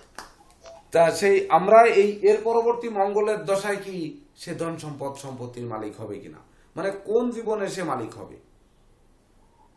স্যার লগ্নপতি যেহেতু দশমে আছে স্যার, আর শনি মঙ্গলের এখানে দৃষ্টি বিনিময় হয়েছে স্যার, হ্যাঁ সেক্ষেত্রে তার কর্মটা কি হবে? স্যার ভাগ্যপতি যেহেতু কেন্দ্রে আছে স্যার, তার প্রথম জীবনেই তো মানে সাকসেস যদি পাওয়ার কি বলা হয় কথা। স্যার? প্রথম জীবনে সাকসেস কোন ভাবে পেল, তাহলে এইবার স্যার নবমপতি কেন্দ্রেই রয়েছে, হ্যাঁ সেই জন্য বলছি। চতুর্থ নবমপতি কেন্দ্রে রয়েছে। হ্যাঁ এটা তো রয়েছেই, সে তো রাজযোগ তৈরি করেছেই। তাহলে না কি? স্যার মানে বলছিলাম যে মানে কেন্দ্রে বা কোণে থাকলে তো ভাগ্যপতি, তাহলে তাকে প্রথম জীবনে সাকসেস দেওয়ার কথা। আর যদি উপচয় স্থানে থাকে মিডিল জীবনে, আর যদি দোষ স্থানে থাকে তাহলে তো প্রথম মানে শেষ জীবনের জীবনে সফলতা হবে। সেটা তো আমরা আসলামই। প্রথম জীবনে তার মায়ের কাছ থেকে কিছু সফলতা পেতে পারে, পিতার কাছ থেকে তো পাবে না। পাবে পিতার সাথে স্যার সুসম্পর্কটা নাও থাকতে পারে, হ্যাঁ তুমি যেহেতু শনি শনি সুসম্পর্ক রয়েছে। নাও থাকতে পারে, বা পিতা এক্ষেত্রে ধনী নাও হতে পারে, ধনী হওয়ার সম্ভাবনা খুবই কম। অর্থাৎ মা কিছুটা ধন সম্পদের মালিক হতে পারে। তার প্রথম জীবনে তো মা বাবার থেকেই গেল চলে। তারপরে তো তার চন্দ্রের দশা শুরু হচ্ছে 2019, তখন তার বয়স 29 বছর বয়স, অর্থাৎ তখন সে কর্ম শুরু করছে। তো সেই চন্দ্রের দশাকাল, চন্দ্র কিন্তু ষষ্ঠপতি, সে ধনভাবে বসে আছে, ধনভাবে। তাহলে তো সে স্যার মানে চাকরির মাধ্যমে কিছুটা ধন উপার্জন করতে পারে। স্যার হ্যাঁ স্যার বর্তমানে চন্দ্রের দশা রাহুর দশা যাচ্ছে, শনি দশমে, বৃহস্পতি নিচস্থে স্যার। পিতৃহানি হওয়ার সম্ভাবনাটা বেশি স্যার এই মুহূর্তে। পিতার থেকে সে পাবে না পিতৃহানি, যা হোক একটা সময় ওটা দশান্ত দশার ভিতর দিয়েও হ্যাঁ এটা হয়ে বসতে পারে। মানে দশান্ত দশা প্রত্যন্ত দশা দেখলেও হয়তো হয়ে বসতে পারে। তা বাবা মা আছে, একদিন না একদিন মারা যাবেই, এরকম যোগ পাওয়া যাবে, আমরা ওটা বিচার করলে পাওয়া যাবে। তবে আমরা এখানে ক্লাসের মধ্যে হয়তো ডাইরেক্ট ওই রকম কথা নাই বলি যে এখন সে হয়তো পিতাকে হারাবে, এই কথায় আমরা নাই যাই, ওটা আমরা বাদই দিলাম, অমিট রাখলাম। তবে পিতা অসুস্থতায় ভুগবে এটি কিন্তু আমরা বলতে পারি, যে চন্দ্রের দশায় জি স্যার। এখন রাহুর অন্তর্দশা চলছে, এই সময় তার পিতা অসুস্থতায় ভুগতে পারে, এটি হয়তো বলতে পারি। কিন্তু মাতার কাছ থেকে সে সহযোগিতা পাবে। এখন হচ্ছে সে নিজে উপার্জন করবে। তাহলে তার ধনপতি কিনা দ্বাদশে ব্যস্ত এবং নিঃস্বস্ত, আয়পতিও কিন্তু ব্যস্ত। তাহলে তিনি যা উপার্জন করবে তার বেশি কিন্তু সে ব্যয় করবে, নিজে যা উপার্জন করবে। এইবার তৃতীয় ভাবে তার ভাই বোনদের সহযোগিতা করবে। তৃতীয় ভাবের অধিপতি মঙ্গল এবং কর্মপতি মঙ্গল কিনা রাজযোগ তৈরি করেছে। তৃতীয় ভাবে রাহু বসে থেকে রাজযোগের দৃষ্টি দেওয়ার কারণে ভাই বোনের কাছ থেকে দিয়ে যদি বলে যে আমি তোকে তো 500 টাকা দিছিলাম না অমুক দিন, তো এ মান অভিমানে কিন্তু সে বলবে কি, ধর তোর 500 টাকা নিছিলি, তুই 1000 টাকা নিয়ে নে, তোর টাকা কে চায়। অর্থাৎ এ কিন্তু এর ভিতরে যে গোয়ার্তমি থাকবে। এবং যেহেতু কুম্ভ লগ্নের মানুষ, অত্যন্ত মানে কি বলবো, যে নিজের ঔদার্য বিসর্জন দিয়ে কারো কাছে হাত পাতবে না, নিজে ছোট কখনোই হবে না। কুম্ভ লগ্নের গুণ কি? শনি মহারাজ তাকে নিখাত স্বর্ণে পরিণত করবে। শনি মহারাজের আনন্দময় স্থান হচ্ছে তার লগ্ন, কুম্ভ লগ্নের জাতক। তারপর মঙ্গলের সপ্তম দৃষ্টি লগ্নে আছে স্যার। তারপরে হ্যাঁ সে কোনো ক্রমে তার নিজস্ব সত্তা বিসর্জন দিয়ে কারো কাছে ছোট হয়ে 2 টাকা নিবে না। তাতে পিতা হোক, মাতা হোক, ভাই হোক, বোন হোক, শ্বশুরালয় হোক, মাতুলালয় হোক, যেখান থেকেই হোক, মানে কড়া কথা সহ্য করবে না। কুম্ভ লগ্নের মানুষ কড়া কথা বা শক্ত কথা, অনুচিত অবৈধ পথে উপার্জন, এগুলো কিন্তু সে কোনো ক্রমেই সহ্য করবে না। তাহলে সে অত্যন্ত নিট অ্যান্ড ক্লিন এবং ভদ্র মানুষ। তো যদি ভাই বোন সহযোগিতা করেও থাকে, তাহলেও কিন্তু যদি এক কথা শুনিয়ে দেয়, ও উল্টে 10 কথা শুনিয়ে কিন্তু রিটার্ন দিয়ে দেবে। অর্থাৎ এটি গ্রহণ করার মতো লোক সে কিন্তু নয়, কিন্তু তার কষ্ট চলছে, সে না খেয়ে মরবে কিন্তু হাত পাতবে না, কিন্তু সে হাত পাততে তাকে দেবে না। কারণ ওই যে যারা যত চালাক চতুর কৌশল, ইনি তো চালাক চতুর কৌশলী না। আমরা বিদ্যাভাবে বুধের অবস্থান আমরা বিচার করে আসলাম। তাহলে চালাক চতুর বা ভণ্ড যারা, তারাই না হয়তো আত্মসাৎ করতে পারে, কিন্তু কুম্ভ লগ্নের মানুষ তো চালাক চতুর ভণ্ড না। তাহলে সে কেন টাকা নিয়ে আবার খারাপ কথা শুনিয়ে সে কেন সেটিকে ধরে রাখবে? নিশ্চয়ই তার 10 গুণ ফেরত দিয়ে ছাড়বে। তাই যদি ঋণ করে দিতে হয় বা নিজের কিডনি বিক্রি করে দিতে হয় তাও দেবে। এটাই কিন্তু এই প্ল্যানেটের বৈশিষ্ট্য। তবে কিনা এখানে কিন্তু একটি কথা রয়েছে, বৃহস্পতি এই লগ্নের জীব অর্থাৎ জীবন তিনি দেবেন, ধনপতি এবং আয়পতি। তো বৃহস্পতি কিনা মারক বা বৃহস্পতি কিনা কুম্ভ লগ্নের ক্ষেত্রে পাপ গ্রহ। তাহলে কুম্ভ লগ্নের ক্ষেত্রে বৃহস্পতি পাপ এবং বৃহস্পতি মারক, কিন্তু জাতকটি জন্মগ্রহণ করেছে কিন্তু বৃহস্পতির তারিখে, সালে মাসে মিলে কিন্তু হয়েছে রবি। তো বৃহস্পতির তারিখে, বৃহস্পতি সব ক্ষেত্রে বলেছি যে বৃহস্পতি যতই পাপ থাকুক বা যতই অশুভ থাকুক, যতই মারক থাকুক, সে দেবতাদের গুরু। সততা, নিষ্ঠা, একাগ্রতা, পাণ্ডিত্য, এই জায়গা থেকে তাকে যে দূরে রাখবে এটি তো বৃহস্পতি রাখবে না। তার সৎ গুণগুলো তো তার মধ্যে থাকবে। আর কুম্ভ লগ্নের মানুষ এমনিই তো সৎ, নিষ্ঠাবান, পরোপকারী, ধার্মিক, এটা তো হবে। তো যেহেতু তার ভিতরে সেই সততার গুণ রয়েছে, আর ভাগ্য স্থানে কেতু তাকে দৈব সহযোগিতা করবে, সে জন্মগ্রহণ করেছেও বৃহস্পতির তারিখে। অর্থাৎ বৃহস্পতি কিনা ধনপতি আয়পতি নিঃস্ব হয়ে দ্বাদশে বসে থেকে সে কিনা অসৎ পথে উপার্জন করতে যাবে না, এমনকি জুয়া খেলে উপার্জন করতে যাবে না, মানুষের টাকা পয়সা লুণ্ঠন করতে যাবে না, শীত কেটে কারো ঘরে চুরি করতে যাবে না, বা কাইসি দিয়ে কারো পকেট মারবে না, এই ধরনের কিন্তু সে করবে না। তাহলে 3 তারিখের বৃহস্পতি, 30 তারিখে জন্মগ্রহণ করা বৃহস্পতি, মানে একক বৃহস্পতির তারিখে, শূন্যের তো কোনো মান নেই। তো সেই বৃহস্পতি কি তাকে কোনো সাপোর্ট দেবে না? দেবে। আর বৃহস্পতি রবির সম্বন্ধ তৈরি হয়েছে কিনা, রবির তারিখেও কিন্তু তার জন্ম তারিখকে মিলালে কিন্তু আমরা একটি রবি পেয়েছি এখানে। বৃহস্পতি রবি সম্বন্ধ করেছে না এখানে, বৃহস্পতি রবির উপর দৃষ্টি দিয়েছে না, তার নবম দৃষ্টি। প্ল্যানেটটি কিভাবে নিউমারোলজির সঙ্গে মেলে দেখুন। আমরা জন্ম তারিখটি কিন্তু কারো জন্ম তারিখ ধরে নিয়ে বিচার করিনি। একজনের সাল, একজনের মাস, একজনের তারিখ, একজনের সময় বলেছে। কিন্তু বৃহস্পতি সে রবির সাথে সম্বন্ধ করেছে না, জন্ম তারিখ বৃহস্পতির তারিখে জন্ম এবং রবির তারিখ এখানে পেয়েছি না। তো কুম্ভ লগ্নের ক্ষেত্রে বৃহস্পতি এবং রবির যদি সম্বন্ধ করে বা যোগ যুক্ত হয় তাহলে সেটি কি ফল দেবে? এখানে কিন্তু কুম্ভ লগ্ন এবং গোচর যখন বিচার করব তখন মীন রাশি, যেহেতু মীনকেও কিন্তু লগ্ন ধরে বিচার করব, তো কুম্ভ আর মীন দুটিরই কিন্তু বিচার করতে হবে। স্যার আমরা কি রবি পেয়েছি স্যার? তো বৃহস্পতি, ড্রাইভার নাম্বার বৃহস্পতি, আর কন্ট্যাক্ট নাম্বার তো স্যার শনি। সেটা তো গেল লুসোগ্রিডের ক্ষেত্রে, নিউমারোলজির ক্ষেত্রে বলছি আমি, নিউমারোলজির ক্ষেত্রে। যেভাবে যাওয়া যাক মিলে যাবে। হ্যাঁ, মিলে যাবে না? হ্যাঁ মিলে যাবে স্যার, দেখুন যেভাবে যাওয়া যাক মিলে যাবে। আচ্ছা, জয়ন্ত দা যেটা বলছে একটা যুক্তি আছে। হ্যাঁ, তাহলে মীন রাশির ক্ষেত্রে বার যোগ করে এক হয়েছে স্যার, ঠিক আছে স্যার? হ্যাঁ, বার যোগ করে এক হয়েছে স্যার, রবি এসেছে স্যার। রবি কি হয়েছে? ওই হ্যাঁ, সোমবার রবি যোগ করে হয়েছে স্যার। হ্যাঁ, সোমবার যোগ করে, এই যে বার সংখ্যা 2, এই যে 2 যোগ করেছি, 8 হ্যাঁ, স্যার। যোগ 2 সমান 1। বার সংখ্যাকে তো আমরা দূরে সরিয়ে দিতে পারবো না, বার সংখ্যাকে তো হ্যাঁ, ধরতেই হবে। তাহলে 1 পেয়েছি। তো রবি বৃহস্পতির সম্বন্ধ তৈরি করেছে। এইবার কুম্ভ এবং মীন লগ্নের ক্ষেত্রে আমরা যেহেতু গোচর বিচার করব রাশি থেকে, তো দুটির ক্ষেত্রে বৃহস্পতি আর রবির কানেকশন, যোগ বা দৃষ্ট, এটা কি শুভ ফল দেবে না অশুভ ফল দেবে? এটি হচ্ছে আমার প্রশ্ন, আপনারা বলুন। স্যার মীন লগ্ন সাপেক্ষে শুভ রবি মঙ্গল রবি এবং বৃহস্পতি স্যার, কিন্তু কুম্ভ লগ্ন সাপেক্ষে এটা হবে না স্যার। রবি তো গোচর তো আমরা বর্তমান দিয়ে বিচার করব, গোচর তো আমরা বর্তমান দিয়ে বিচার করব, মানে চন্দ্র দিয়ে। গোচরটা তো চন্দ্র দিয়ে, মানে বর্তমান সময় তো চন্দ্র দিয়ে বিচার করব।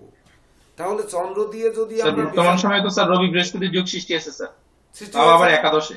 এইবার রাশি অধিপতি কিনা একাদশে, সেই সঙ্গে কর্মপতি এবং রাশি অধিপতি সে কিনা একাদশে। তাহলে একেবারে লোকটিকে কিন্তু ফেলে দেওয়া যাবে না, লোকটি কিন্তু নিজস্ব ক্ষমতায় সে কিন্তু দণ্ডায়মান হবে। এবার যদি আমরা সেই লোকটার কি স্যার সরকারি চাকরি হতে পারে স্যার? সরকারি চাকরি, আর কর্মভাবে কর্মভাবে শনি আর কর্মবতী মঙ্গল রাজযোগ তৈরি করেছে। শনি হচ্ছে কর্মফলদাতা, সে কর্মভাবে বসে আছে। তো কুম্ভ লগ্নের ক্ষেত্রে লগ্নপতি এবং দ্বাদশপতি শনি, তার কথা কোনো কিছুই আমরা বললাম না, যে শনির কথা কোনো কিছুই না বলে আমরা চলে গেলাম, কিন্তু সে কর্মভাবে বসে আছে। তাহলে সে ওই বৃহস্পতির মতো, মানে শনি তো মানুষকে নিড়িয়ে নিখাত স্বর্ণের খাঁটি মানুষ তৈরি করে। তাহলে সে যে মাথার ঘাম পায়ে ফেলে পরিশ্রম করবে, সেই পরিশ্রম লব্ধ টাকা কি চলে যাবে কি যাবে না। প্ল্যানেটটি বসানোর সময় বললাম না যে লোকটি বলল যে আমাদের এই টাকা কোনো ছিনতাইকারী নেবে না, বা আমাদের টাকা ছিনতাই হতে পারে না। এই যে মনোবলটা তার মধ্যে আসলো, এই ধরনের প্ল্যানেট তার হওয়া উচিত, নচেত এটা কেন কিভাবে আসে ভেবে দেখুন একটু,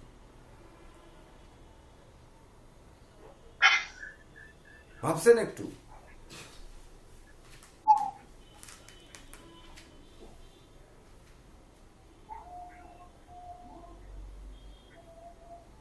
মঙ্গল স্যার তার চতুর্থ দৃষ্টি দিয়ে মানে কর্মভাবটাকে রক্ষা করতে চাইবে। সুন্দর কথা।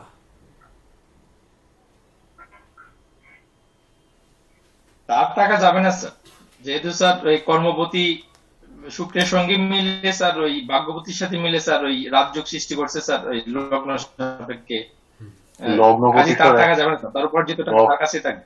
লগ্নপতি স্বয়ং শনি দশমে স্যার, সেই টাকা খরচ করার আগে 10 বার ভাববে স্যার। শুধু খরচ করার আগে না, তার টাকা তো অবৈধ পথে চলে যেতে পারে না, না স্যার, চুরি ডাকাতি ছিনতাই বদমাইশিতে যেতে পারে না। কারণ সে যেমন সৎ মানুষ, সৎ পথে উপার্জন করেছে, তো সৎই থাকবে, তার টাকা থাকবে, এটা যাওয়ার কোনো উপায় নেই। তাহলে এই লোকটা তাহলে প্রকৃত স্যার- অর্থ উপার্জন আমাদের তাহলে এই স্যার- প্রশ্নে চলে যায়। হ্যাঁ বলুন। হ্যাঁ স্যার, বলছিলাম তাহলে ওই আপনার 5,000 টাকাটা কিসের ছিল স্যার? ওই যে 5,000 টাকাটা, 5,000 টাকা ফেরি করা টাকা, বা ধরুন আপনার ওই মাটির ঠিলে কলসি এগুলো বিক্রি করা টাকা। তাহলে এত পরিশ্রমের টাকা কিভাবে চলে গেল স্যার? এই যে এখন কুণ্ডলী আমার সহকর্মীরা যারা বলছেন যে ওইটা তারা কোনোভাবেই মানে অন্য উপায়ে যাওয়ার পথ নাই, হ্যাঁ। তাহলে আপনার টাকাটা কত কষ্টে ছিল? এটা তো কিভাবে আমার চলে প্ল্যানেট গেল? না, এটা তো আর আমার প্ল্যানেট না। আজকের না তারিখ, না, ওই কথাটা বলছি না স্যার, হ্যাঁ হ্যাঁ, ওই কথাটা বলছি না, বলছি কি যে যদি পরিশ্রমের টাকা ডাকাত নাই নেই, হুম, তাহলে আপনারটা কিভাবে নিল? হ্যাঁ তাহলে আমার তো টাকা- স্যারের প্ল্যানেটে দেখতে পেয়ে বলদা সে তো তার এই প্ল্যানেটটা প্ল্যানেটে দেখুন। তার পরিশ্রম লব্ধ টাকা নিতে পারছে না। এখানে লগ্নটি কুম্ভ, এটা মানে দেখুন। ওটা কি প্ল্যানেট অনুযায়ী পরিশ্রমের টাকা নিবে না? তা তো বটেই। আমার লগ্নটি কত কুম্ভ, টাকা তো- ওই সরি, আমার লগ্নটি কর্কট, কর্কটে বসে আছে শনি, মানে আমার দেহ মনের মধ্যে শনি। শালার আমি একটা নাম আবিষ্কার করেছি কেসি পাল, আমার নাম তো কার্তিক চন্দ্র পাল, কিন্তু আমি নাম ধরেছি কেসি পাল।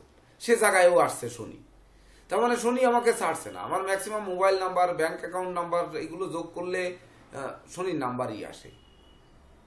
আরো আরো মানে নাম্বার আমি এই আছে। জায়গাটাতে আসলাম, হ্যাঁ হ্যাঁ আমি না এই যুক্তিটাতে আসলাম স্যার, যে পরিশ্রমের টাকা যে পরিশ্রম করে আয় করে তার তো টাকা ধরেন ওই চুর টাকাতে নেওয়ার কথা না। যদি এইরকম কোন সূত্র থাকে তাহলে তো না, ওইরকম আপনার কোন টাকা যাওয়ার সূত্র নেই, কথা না। ওইরকম লগ্ন সাপেক্ষে সূত্র।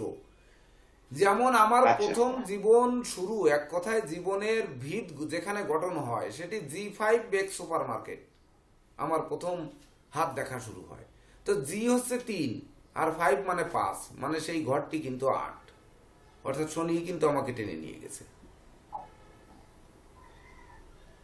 তো এটি কিন্তু দেখতে হবে। তো আমার লগ্নে শনি, এটি তো আমার প্ল্যানেট নয়। তো কষ্টার্জিত অর্থ নেবে না কেন? ওখানে কেন নেবে না?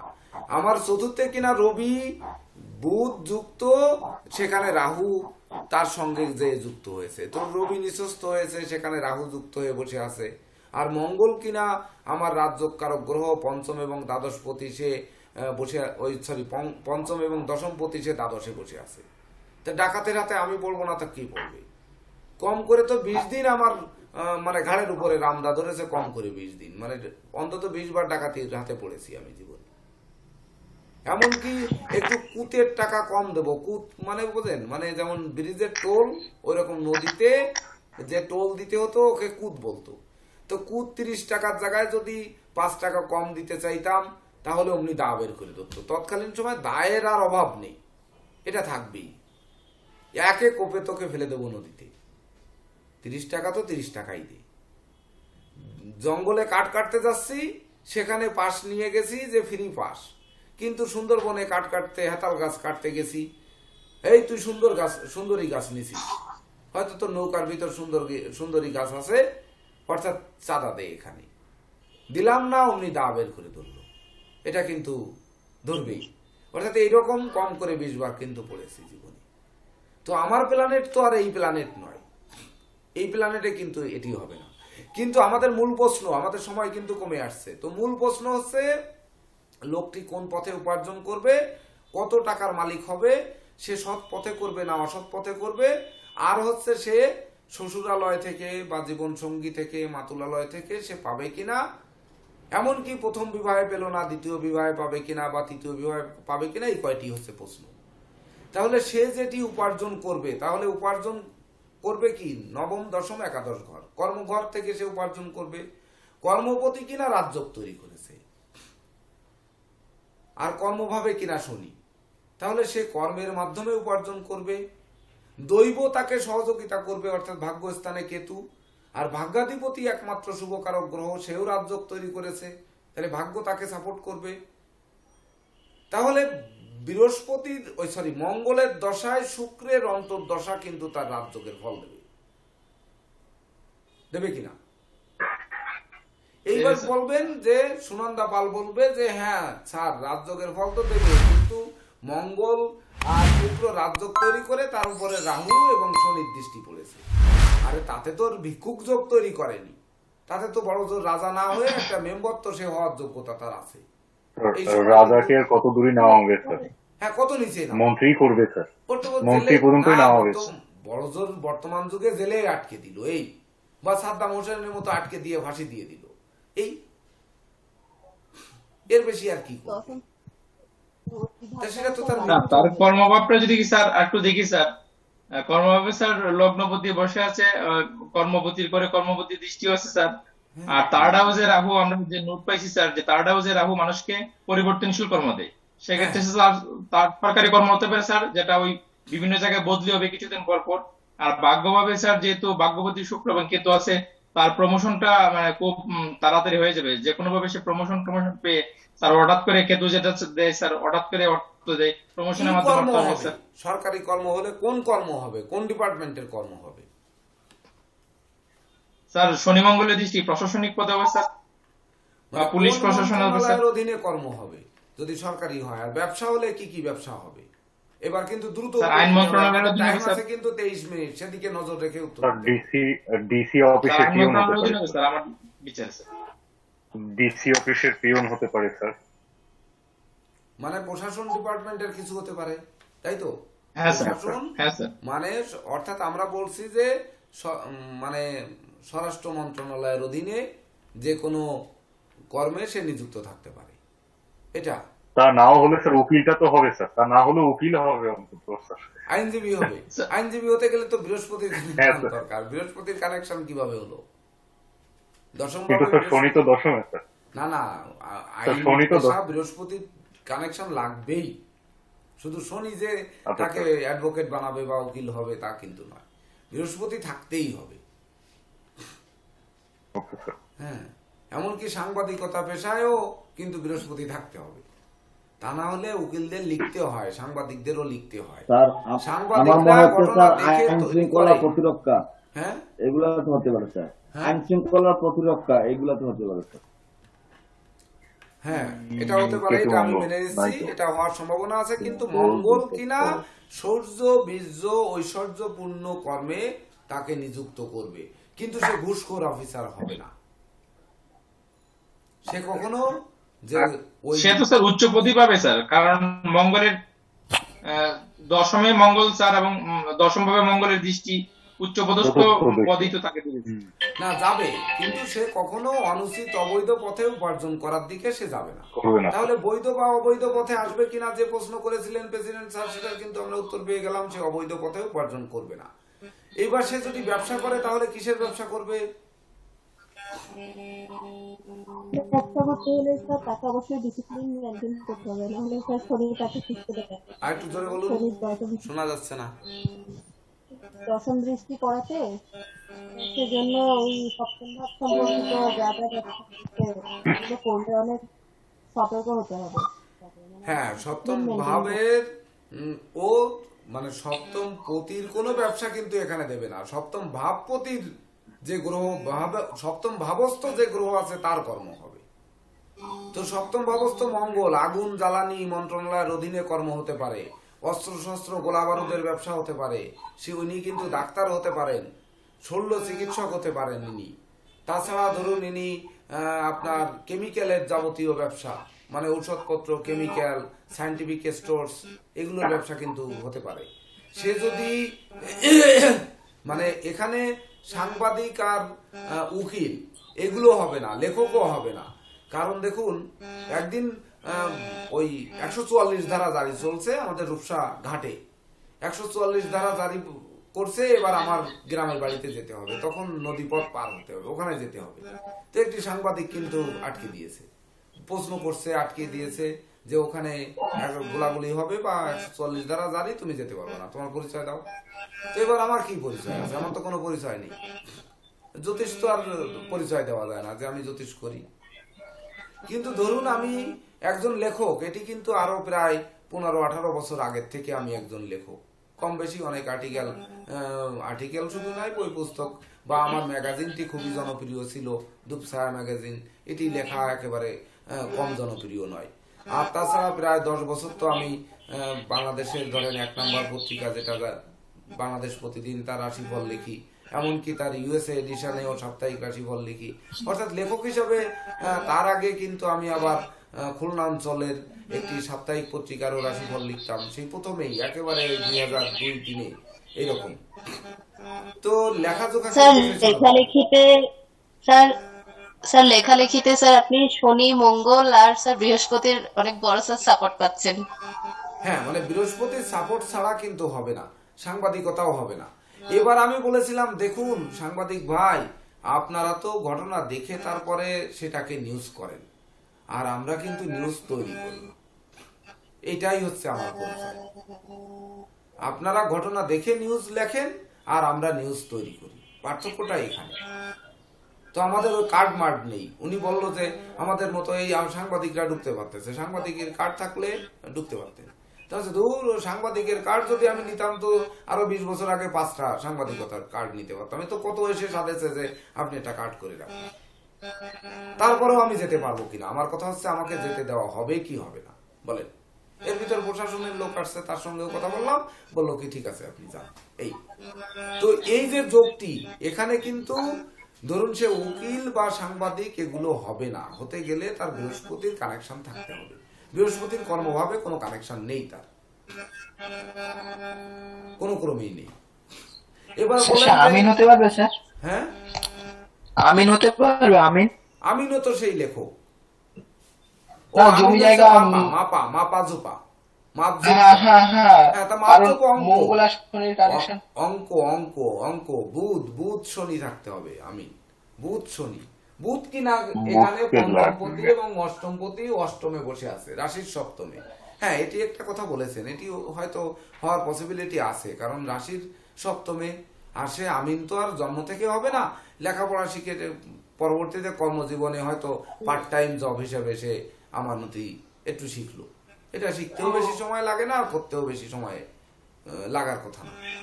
এটা সহজ একটা সাবজেক্ট, সে কিন্তু যেতে পারে, কারণ বুধের কিন্তু কানেকশন আছে, শনি কর্মভাবে আছে। এবার আয়পতি, তাহলে তার আয় উপার্জনটা কোন পথে হবে? বৃহস্পতির হ্যাঁ বলুন। স্যার একটা প্রশ্ন থেকে যায়, সংক্ষিপ্ত সময় বেশি কথা না বলি, সেটা হচ্ছে স্যার সে আয় করবে কোন সাবজেক্ট নিয়ে লেখাপড়া করেছে। পঞ্চম প্রতি বুধ রবি যুক্ত, স্যার আর্টসের ছাত্র তো হবেই স্যার আগে। হ্যাঁ, না আর্টসের ছাত্র হবে এমন কোনো কথা নয়, কিন্তু আর্টসের ছাত্র হবে এমন কিন্তু কথা নয়। পঞ্চম পতি থেকে বিদ্যা বিচার করবেন, কিন্তু পেশাটা তো দশম ভাব থেকে বিচার করবেন। তো দশম পতি কিনা রাজযোগের কারক তৈরি করেছে, তার মানে কর্মটা তো সেই সাবজেক্টে বিদ্যা নিয়ে তবেই না তো সে কর্ম করবে। আগে তো কর্ম কি করবে সেটা তো পূর্ব নির্ধারিত, তাহলে বিদ্যাটাও তার পূর্ব নির্ধারিত। অর্থাৎ এখানে বুধের কর্ম হবে না, বুধের বিদ্যাটা হবে না, বিদ্যাটা হবে কিন্তু মঙ্গলে। বুধ কিনা এখানে নিষ্ক্রিয়, বুধ কিন্তু সক্রিয় নয়। অর্থাৎ বিদ্যাপতি কিন্তু এখানে তার বিদ্যা দিচ্ছে না, কর্মপতি তাকে বিদ্যা দিচ্ছে। বুঝতে পেরেছেন? এমনকি তার টিউশন মানে প্রাইভেট পড়ার টাকা তার থাকবে না। দেখবেন যে তার ক্লাসের সহকর্মীরা তাকে বলবে যে তুমি এই অঙ্কটা পারো নি, ঠিক আছে আসো আমরা এক জায়গায় বসে আমরা এই অঙ্কটা করি আমরা এটা শিখি। এই ধরনের সহযোগিতা সে পাবে। অর্থাৎ ছোট শিশু জীবনে সে কিন্তু অনেক কষ্ট ক্লেশ করে ঘাত প্রতিঘাতের ভিতর দিয়ে মানুষ হবে। মঙ্গলের দশায় গিয়ে সে কিন্তু প্রচুর উন্নতি করবে। রাহুর দশাকালে কিন্তু সে তার উপার্জিত ধন সম্পদ ভাই বোন কর্তৃক আত্মসাৎ হবে এবং শেষ জীবন কিন্তু জীর্ণ, প্রথম এবং শেষ জীবন কিন্তু জীর্ণ শীর্ণতার দিকে ধাবিত হবে। এটাই কিন্তু প্রেডিকশন। তার মাঝে মধ্যে যে জীবন চলার পথে মাঝে মধ্যে যে ঝটকা উপার্জনটা করবে সেটিও কিন্তু অবৈধ উপার্জন করবে না বা অবৈধ পথে আসবে না। হয়তো সে এমন করলো যে দুটি ওই কিনলো, প্রাইজ বন্ড কিনলো, তার প্রাইজ বন্ডে প্রথম পুরস্কার বেঁধে গেল 6 লাখ টাকা, কারণ ভাগ্যস্থানে কেতু বসে আছে আর ভাগ্যবতী কিনা রাজযোগ তৈরি করেছে। অর্থাৎ অবৈধ হবে না। তাই বলে সে লটারি খেলতে যাবে না, কিন্তু মানে লটারি, জুয়া, শেয়ার, হাউজিং, ব্রোকারি এগুলো কিন্তু সব লটারির মধ্যে পড়ে, অর্থাৎ জুয়ার মধ্যে পড়ে। তো জুয়াটা কিনা অবৈধ। জুয়া যদি অবৈধ হয় লটারিটাও কিন্তু অবৈধ, সে কিন্তু তাতে যাবে না, বরং সে প্রাইজ বন্ড কিনবে। প্রাইজ বন্ড কিনা কিন্তু অবৈধ নয়, এটা কিন্তু লটারি কিনা নয়। প্রাইজ বন্ড কিন্তু টাকা, আর লটারিটা কিন্তু টাকা নয়। লটারি কিনলেন কাগজ, মুহূর্তের মধ্যে শেষ। যেমন একটি পেপার সকালবেলায় কিন্তু হয়তো 10 টাকা দাম বা 5 টাকা দাম, বিকাল হয়ে গেলে কিন্তু কেজি 5 টাকা বিক্রি হয় কিনা সন্দেহ, ওর কিন্তু মূল্য নেই। তো লটারি কিন্তু টান হয়ে গেলে ওর আর কোনো মূল্য নেই, কিন্তু প্রাইজ বন্ডের কিন্তু আজীবন মূল্য যেই 100 টাকা তো 100 টাকাই, এর কিন্তু মূল্যহীন না। অর্থাৎ এই লোক কিন্তু ভাগ্যহীনা না বা মূল্যহীন নয়। ইনি যে উপার্জন করবে সেটি অবৈধ পথে কোনো কর্মেই তার উপার্জনে নিয়ে যাবে না। চালাক চতুর লোক তো সে না, নিয়ে যাওয়ার মতো চালাক চতুর না হলে তো তাকে অবৈধ পথে নিয়ে যাবে না। আর চতুর্থ ভাব, মানুষ অবৈধ হয় কখন? যখন আয় উপার্জনে মানে কষ্ট ক্লেশ করে যখন মানুষ হতে পারে না, এক সেই সময় যায়, আর নচেত বন্ধু বান্ধবের সাথে মিশে যায়, আর নচেত দেখা যাচ্ছে ওই মানে চৌকস তার ওই ছল চাতুরি করার অভ্যাস থাকলে সেইভাবে যায়, মানে 3 ভাবে যায়।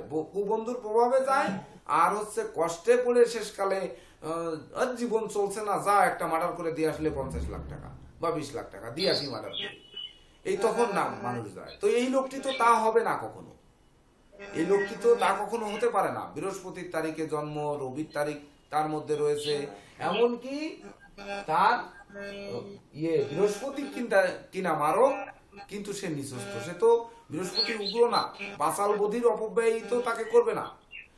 বৃহস্পতির যে নেগেটিভ গুণ মানে বাসালতা, বধিরতা, অপব্যয়, নিন্দা, এগুলোর কোনোটা তো করবে না, কারণ জীব কিনা নিঃস্ব, জীব কিনা পাপস্থ, জীব কিনা মারক, তাহলে সে তো আর বাসাল হবে না, বধির হবে না, অপব্যয়ী হবে না, তাহলে সে নিশ্চয়ই ভালো পথে উপার্জন করবে। অর্থাৎ বৃহস্পতির নেগেটিভিটি কিন্তু কমবে এখানে, পজিটিভ দিকও কমবে। যখন পজিটিভ কমছে নেগেটিভও কমছে, কিন্তু সে শুভ গ্রহ, মানে বৃহস্পতি তো গ্রহ, গ্রহটা তো বৃহস্পতি, বৃহস্পতি তো রবি মঙ্গল শনি রাহু কেতু না, সে তো বৃহস্পতি, বৃহস্পতির লটে পড়েছে, এটা কিন্তু বিচার করতে হবে। তাহলে আমরা উত্তর কি পেলাম? লোকটা ধনী হলে মঙ্গলের দশায় ধনী হবে, মঙ্গলটা মানে লোকটা সৎ পথে উপার্জন করবে, লোকটার উপার্জন মানে বিদ্যাপতি বিদ্যা দেবে না, কর্মপতি তার বিদ্যা সেই দিককে গড়ে উঠাবে যে আমার কর্ম এই করে খেতে হবে, অর্থাৎ আমার এই সাবজেক্ট পড়তে হবে। বুঝতে পেরেছেন? ইনি লেখক হবে না, গবেষক হবে না, আবিষ্কারক হবে না, কিন্তু চিকিৎসক হতে পারে। তিনি অস্ত্রশস্ত্র গোলা বারুদ চালানো লোক হতে পারে, সে স্বরাষ্ট্র মন্ত্রণালয়ের অধীনে কর্ম করতে পারে, বা কারো দেহরক্ষী হিসাবে কর্ম করতে পারে।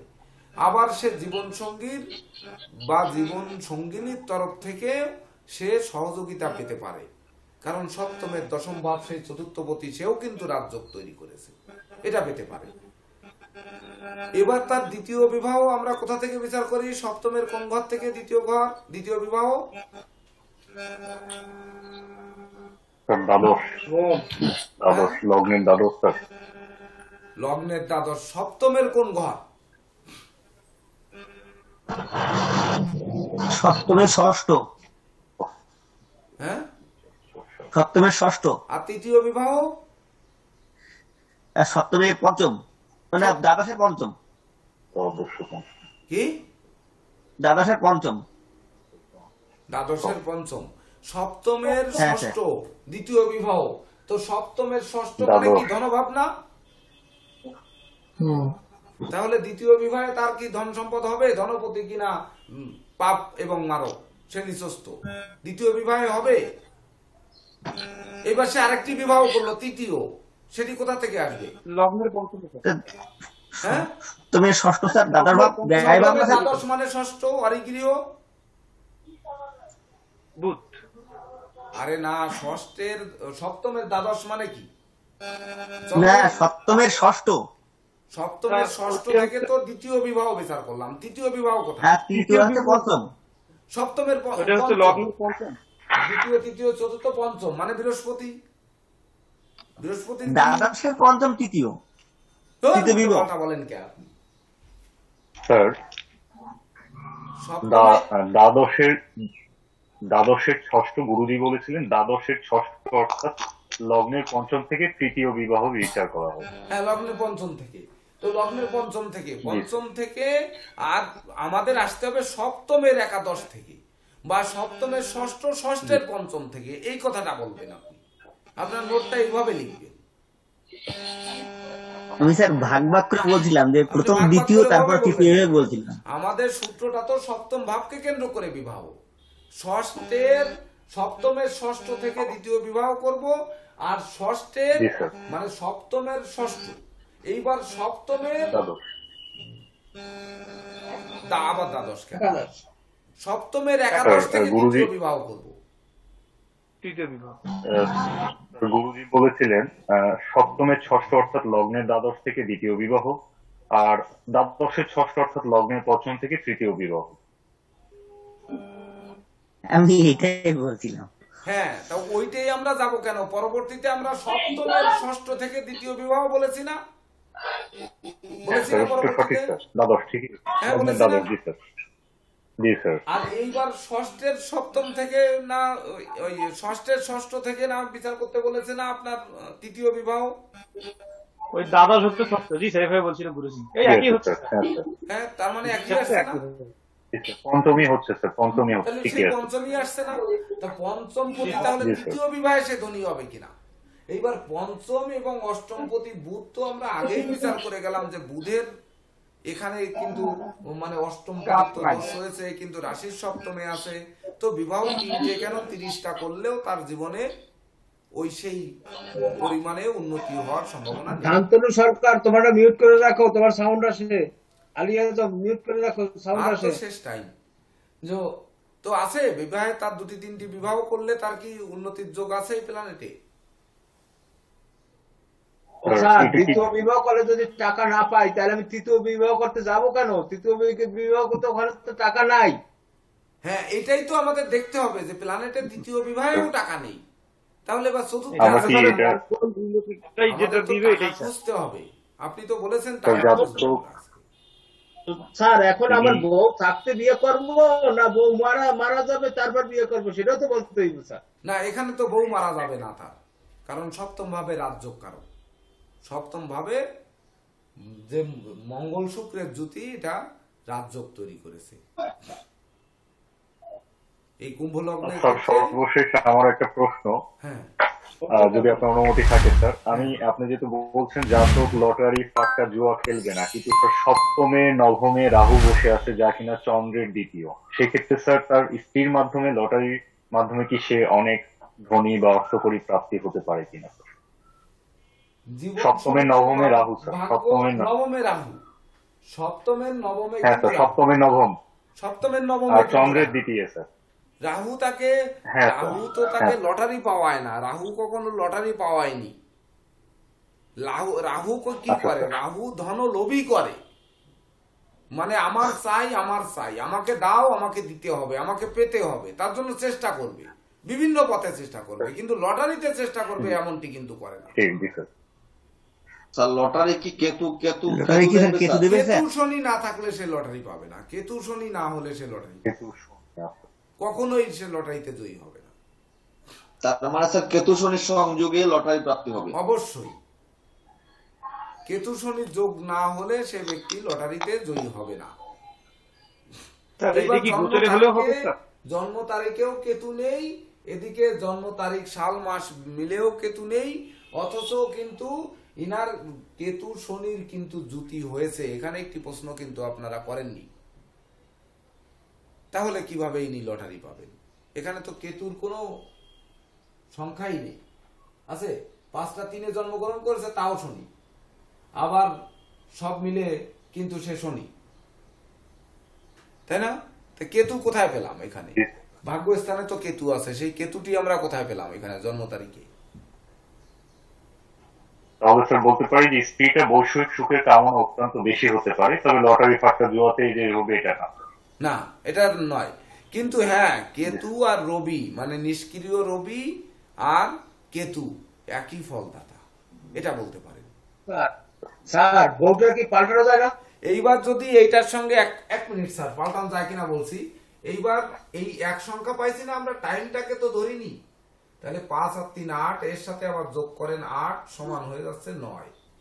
এই মঙ্গলের কারণে তার ওই মঙ্গল রাজযোগ তৈরি করেছে, এই মঙ্গল কিনা তাকে রাজযোগ তৈরি করেছে।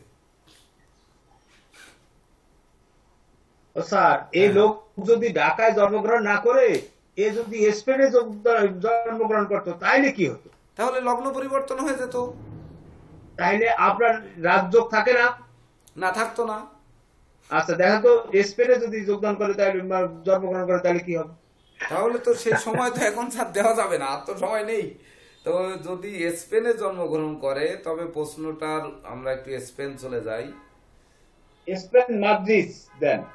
Madrid, Madrid Spain.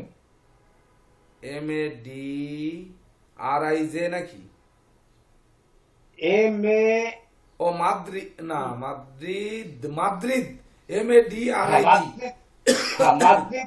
Madrid Spain গেছি। গেলে লগ্ন চলে যাচ্ছে মিনে,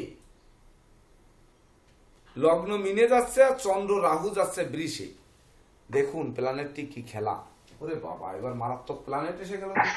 এই সময় প্রেসিডেন্ট স্যার তো মারাত্মক স্পিরিচুয়াল শক্তি সম্পন্ন প্রেসিডেন্ট, মারাত্মক প্ল্যানেট চলে আসছে। দেখেন লোকটি যখন স্পেনে গিয়ে জন্মগ্রহণ করলো মাদ্রিদে, তখন তার কিন্তু চন্দ্র রাহু,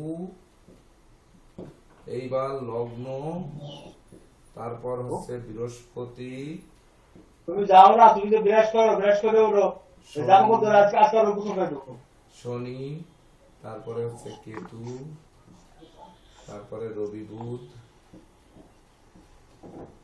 তারপর হচ্ছে শুক্র মঙ্গল। এইবার দেখুন এক নজরে বিচার করুন, সময় নেই কিন্তু। তবে আপনারা প্ল্যানেটটি বসায় নিন, পরবর্তীতে এর যত প্রশ্ন থাকে সেই প্রশ্নগুলো নিয়ে আমরা এক্সট্রা ক্লাসে এটা আলোচনা করব। এক্সট্রা ক্লাস কিন্তু এই মাসের মধ্যে আর পড়বে না, আগামী মাসে পড়বে। তো দেখুন, একদম সেম টু সেম। দেখেন কেতু কিন্তু অষ্টমে এবার মীন লগ্ন। মীন লগ্নের ক্ষেত্রে কি বলা হয়েছে? বুধ শুক্র শনি তিনটি গ্রহ পাপ বলা হয়েছে। আর কি বলা হয়েছে? চন্দ্র মঙ্গল শুভ বলা হয়েছে। তো চন্দ্র কিনা ধনভাবে বসে আছে পঞ্চমপতি, কিন্তু রাহু যুক্ত, মানে সে কিন্তু আর শুভ নেই। কিন্তু মঙ্গলকে শুভ বলা হয়েছে, মঙ্গল কিন্তু ষষ্ঠ ভাবে বসে আছে, ষষ্ঠ ভাবে শুক্র যুক্ত হয়ে।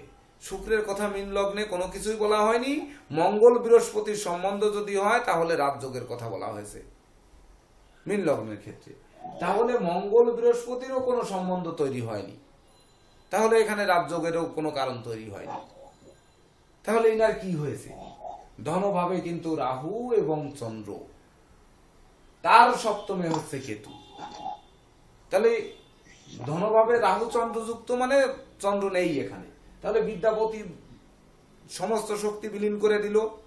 তার অষ্টমে কেতু নিধন স্থানে আকস্মিক ব্যয় তার করাবে, দুর্ঘটনা, রক্তপাত, চর্মরোগ, ক্রনিক ডিজিজ এগুলো তার ভোগাবে, উচ্চস্থান থেকে পতন, এগুলো জলে ডোবা, বিষক্রিয়া এগুলো ঘটাবে।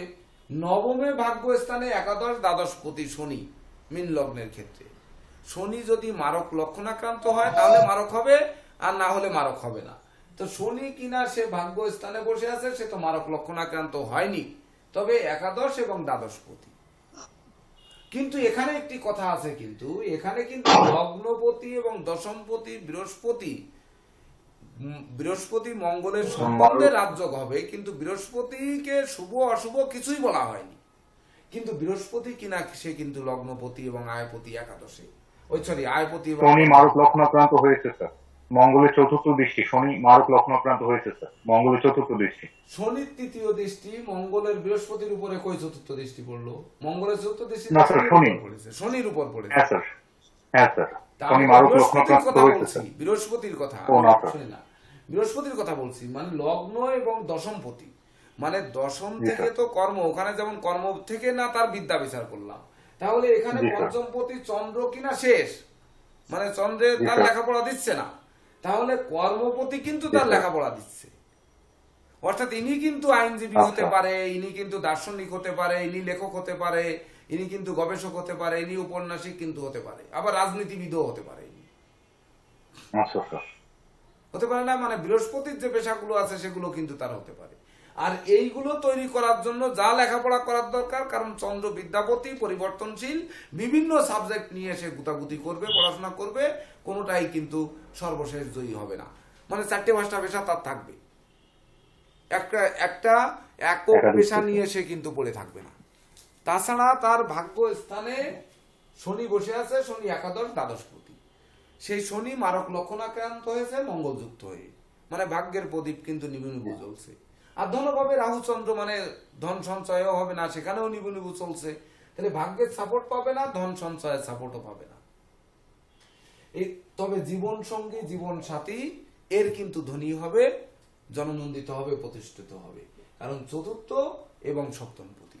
যদিও মীন লগ্নের ক্ষেত্রে বলা হয়েছে বুধ পাপ, কিন্তু রবিকে আমি দুটি গ্রন্থে পেয়েছিলাম, কিন্তু ষষ্ঠপতি তো দোষ থাকবে, কিন্তু সে যদি পাপ মানে মারক লক্ষণাক্রান্ত বা পাপ গ্রহ যুক্ত বা দৃষ্ট না হয় তাহলে রবি শুভ ফল দেবে।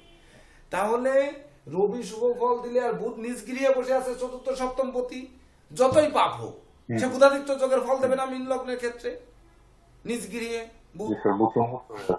দেবে, তাহলে তখন বুধাদিত্য যোগের ফল পাচ্ছে। উপরন্তু তার উপর বৃহস্পতির নবম দৃষ্টি পড়েছে।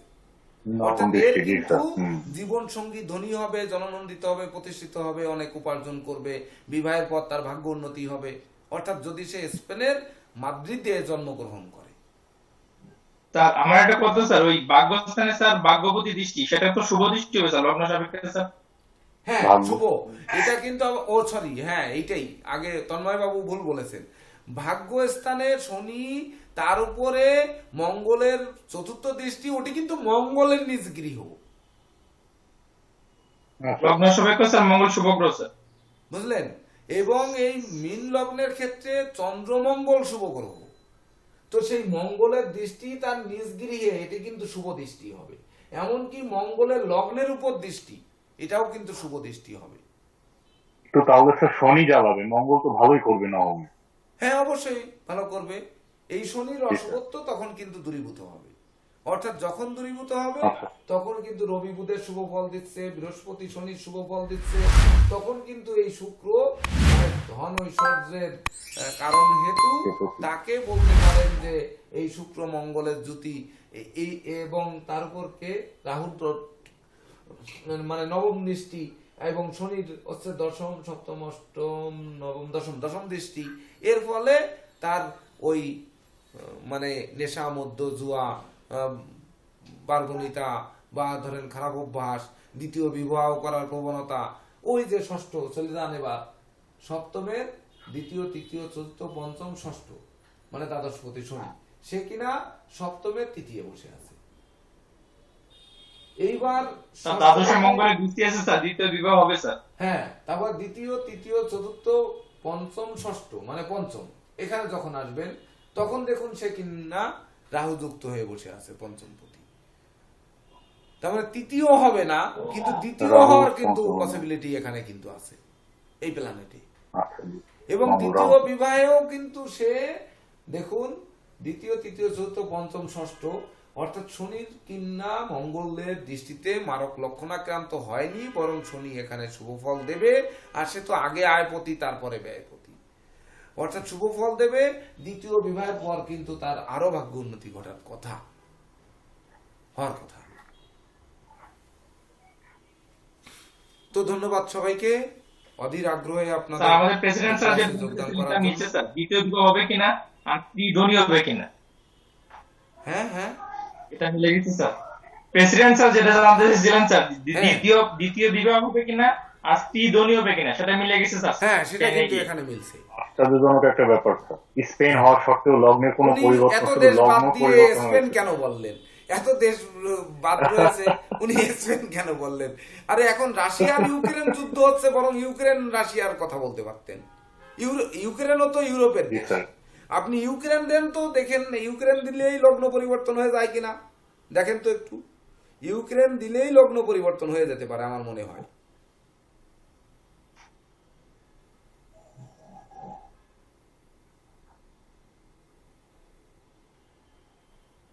ইউক্রেনের রাজধানীর নাম কি?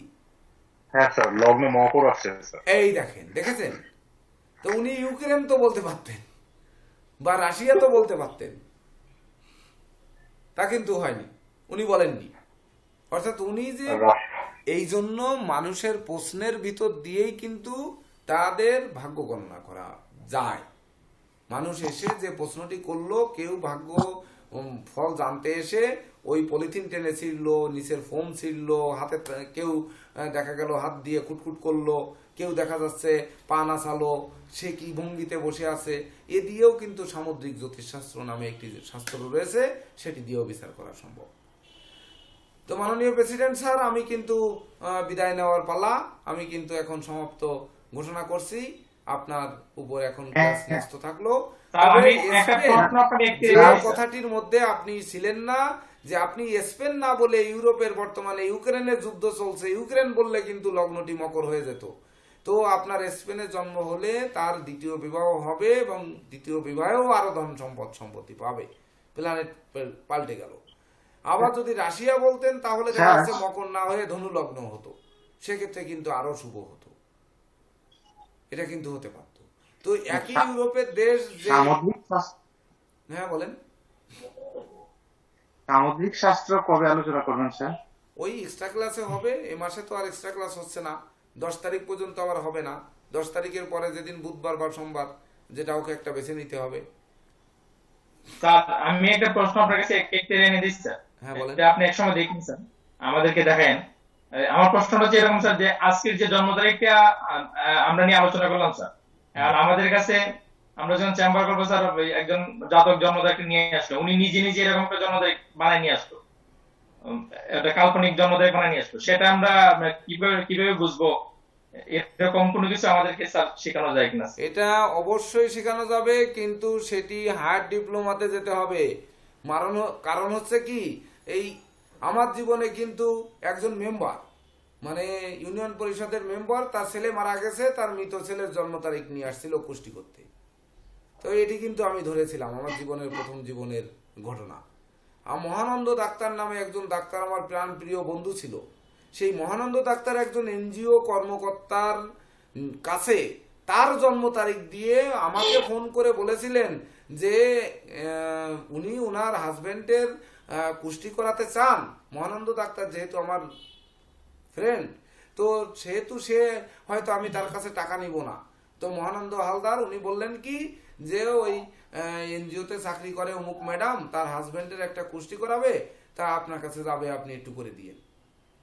তো সেই কুষ্টিতে কিন্তু যখন লেখা ছিল যে এই সময়ে ওনার জীবনাবসান যোগ, এই কথা দেখে উনি ওনার ওয়াইফের কুষ্টি আবার ওই সেই এনজিও কর্মকর্তার মাধ্যমে বললেন যে তাহলে আমারটা একটু করে দিন। কিন্তু সেখানে ওয়াইফের কুষ্টি করা, মানে ওয়াইফের জন্ম তারিখ, সেটি দেওয়ার পরে সেখানেও কিন্তু প্রায় 6 মাস পরে, এটা কিন্তু মনে থাকার কথা নয়, সেখানেও কিন্তু আসছিল যে হ্যাঁ তার স্বামী এই বয়সে তার স্বামীকে হারাতে পারে। আমার জীবনে এই দুটি লোক, মানে এই যে দুটি লোক কিন্তু আমার জীবনে এক জয় জয়কার পরিস্থিতি তৈরি করেছিল। যেদিন মহানন্দ হালদার মারা যান, সেদিন সর্বপ্রথম মানে বিখ্যাত ব্যবসায়ী বাচ্চু মজুমদার, উনি আমাকে ফোন দিয়ে বলেছিলেন যে এই মানে পাল বলেই ডাকতেন, এই পাল, মহানন্দ ডাক্তার মারা গেছে, তোর বন্ধু, তুই জানতিস না আগে? তা আমি তখন উত্তরটা দিয়েছিলাম যে ওনার কুষ্টি করা আছে, মানে পরবর্তীতে চার দোকানে আবার ওই কুষ্টি নিয়ে বিচার করে পরে দেখা হলো নাম নেই, কিন্তু কুষ্টিটা ওনার। এই জন্য আমি জানতাম যে ওনার বাসায় কুষ্টি আছে, বের করে দেখুন, ওনার ওয়াইফের কুষ্টি আছে, বের করে দেখুন। এবং সেই দাফন করার আগে আমিও গিয়ে হাজির হয়েছিলাম, কিন্তু দাফন করার আগে কুষ্টি দেখে তারপরে দাফন করা হয়েছিল। তো এটাই ডিপ্লোমাতে পাওয়া সম্ভব নয়। তা আপনারা আরো একটু কঠিন ভাবে ভাব বিচারে আসুন হায়ার ডিপ্লোমাতে। হায়ার ডিপ্লোমা আমরা জুলাই থেকে চালু করছি, ডিপ্লোমা হায়ার ডিপ্লোমা একই সঙ্গে জুলাই থেকে চালু হবে আগামী ব্যাচে। তো তখন আপনারা এগুলো পাবেন।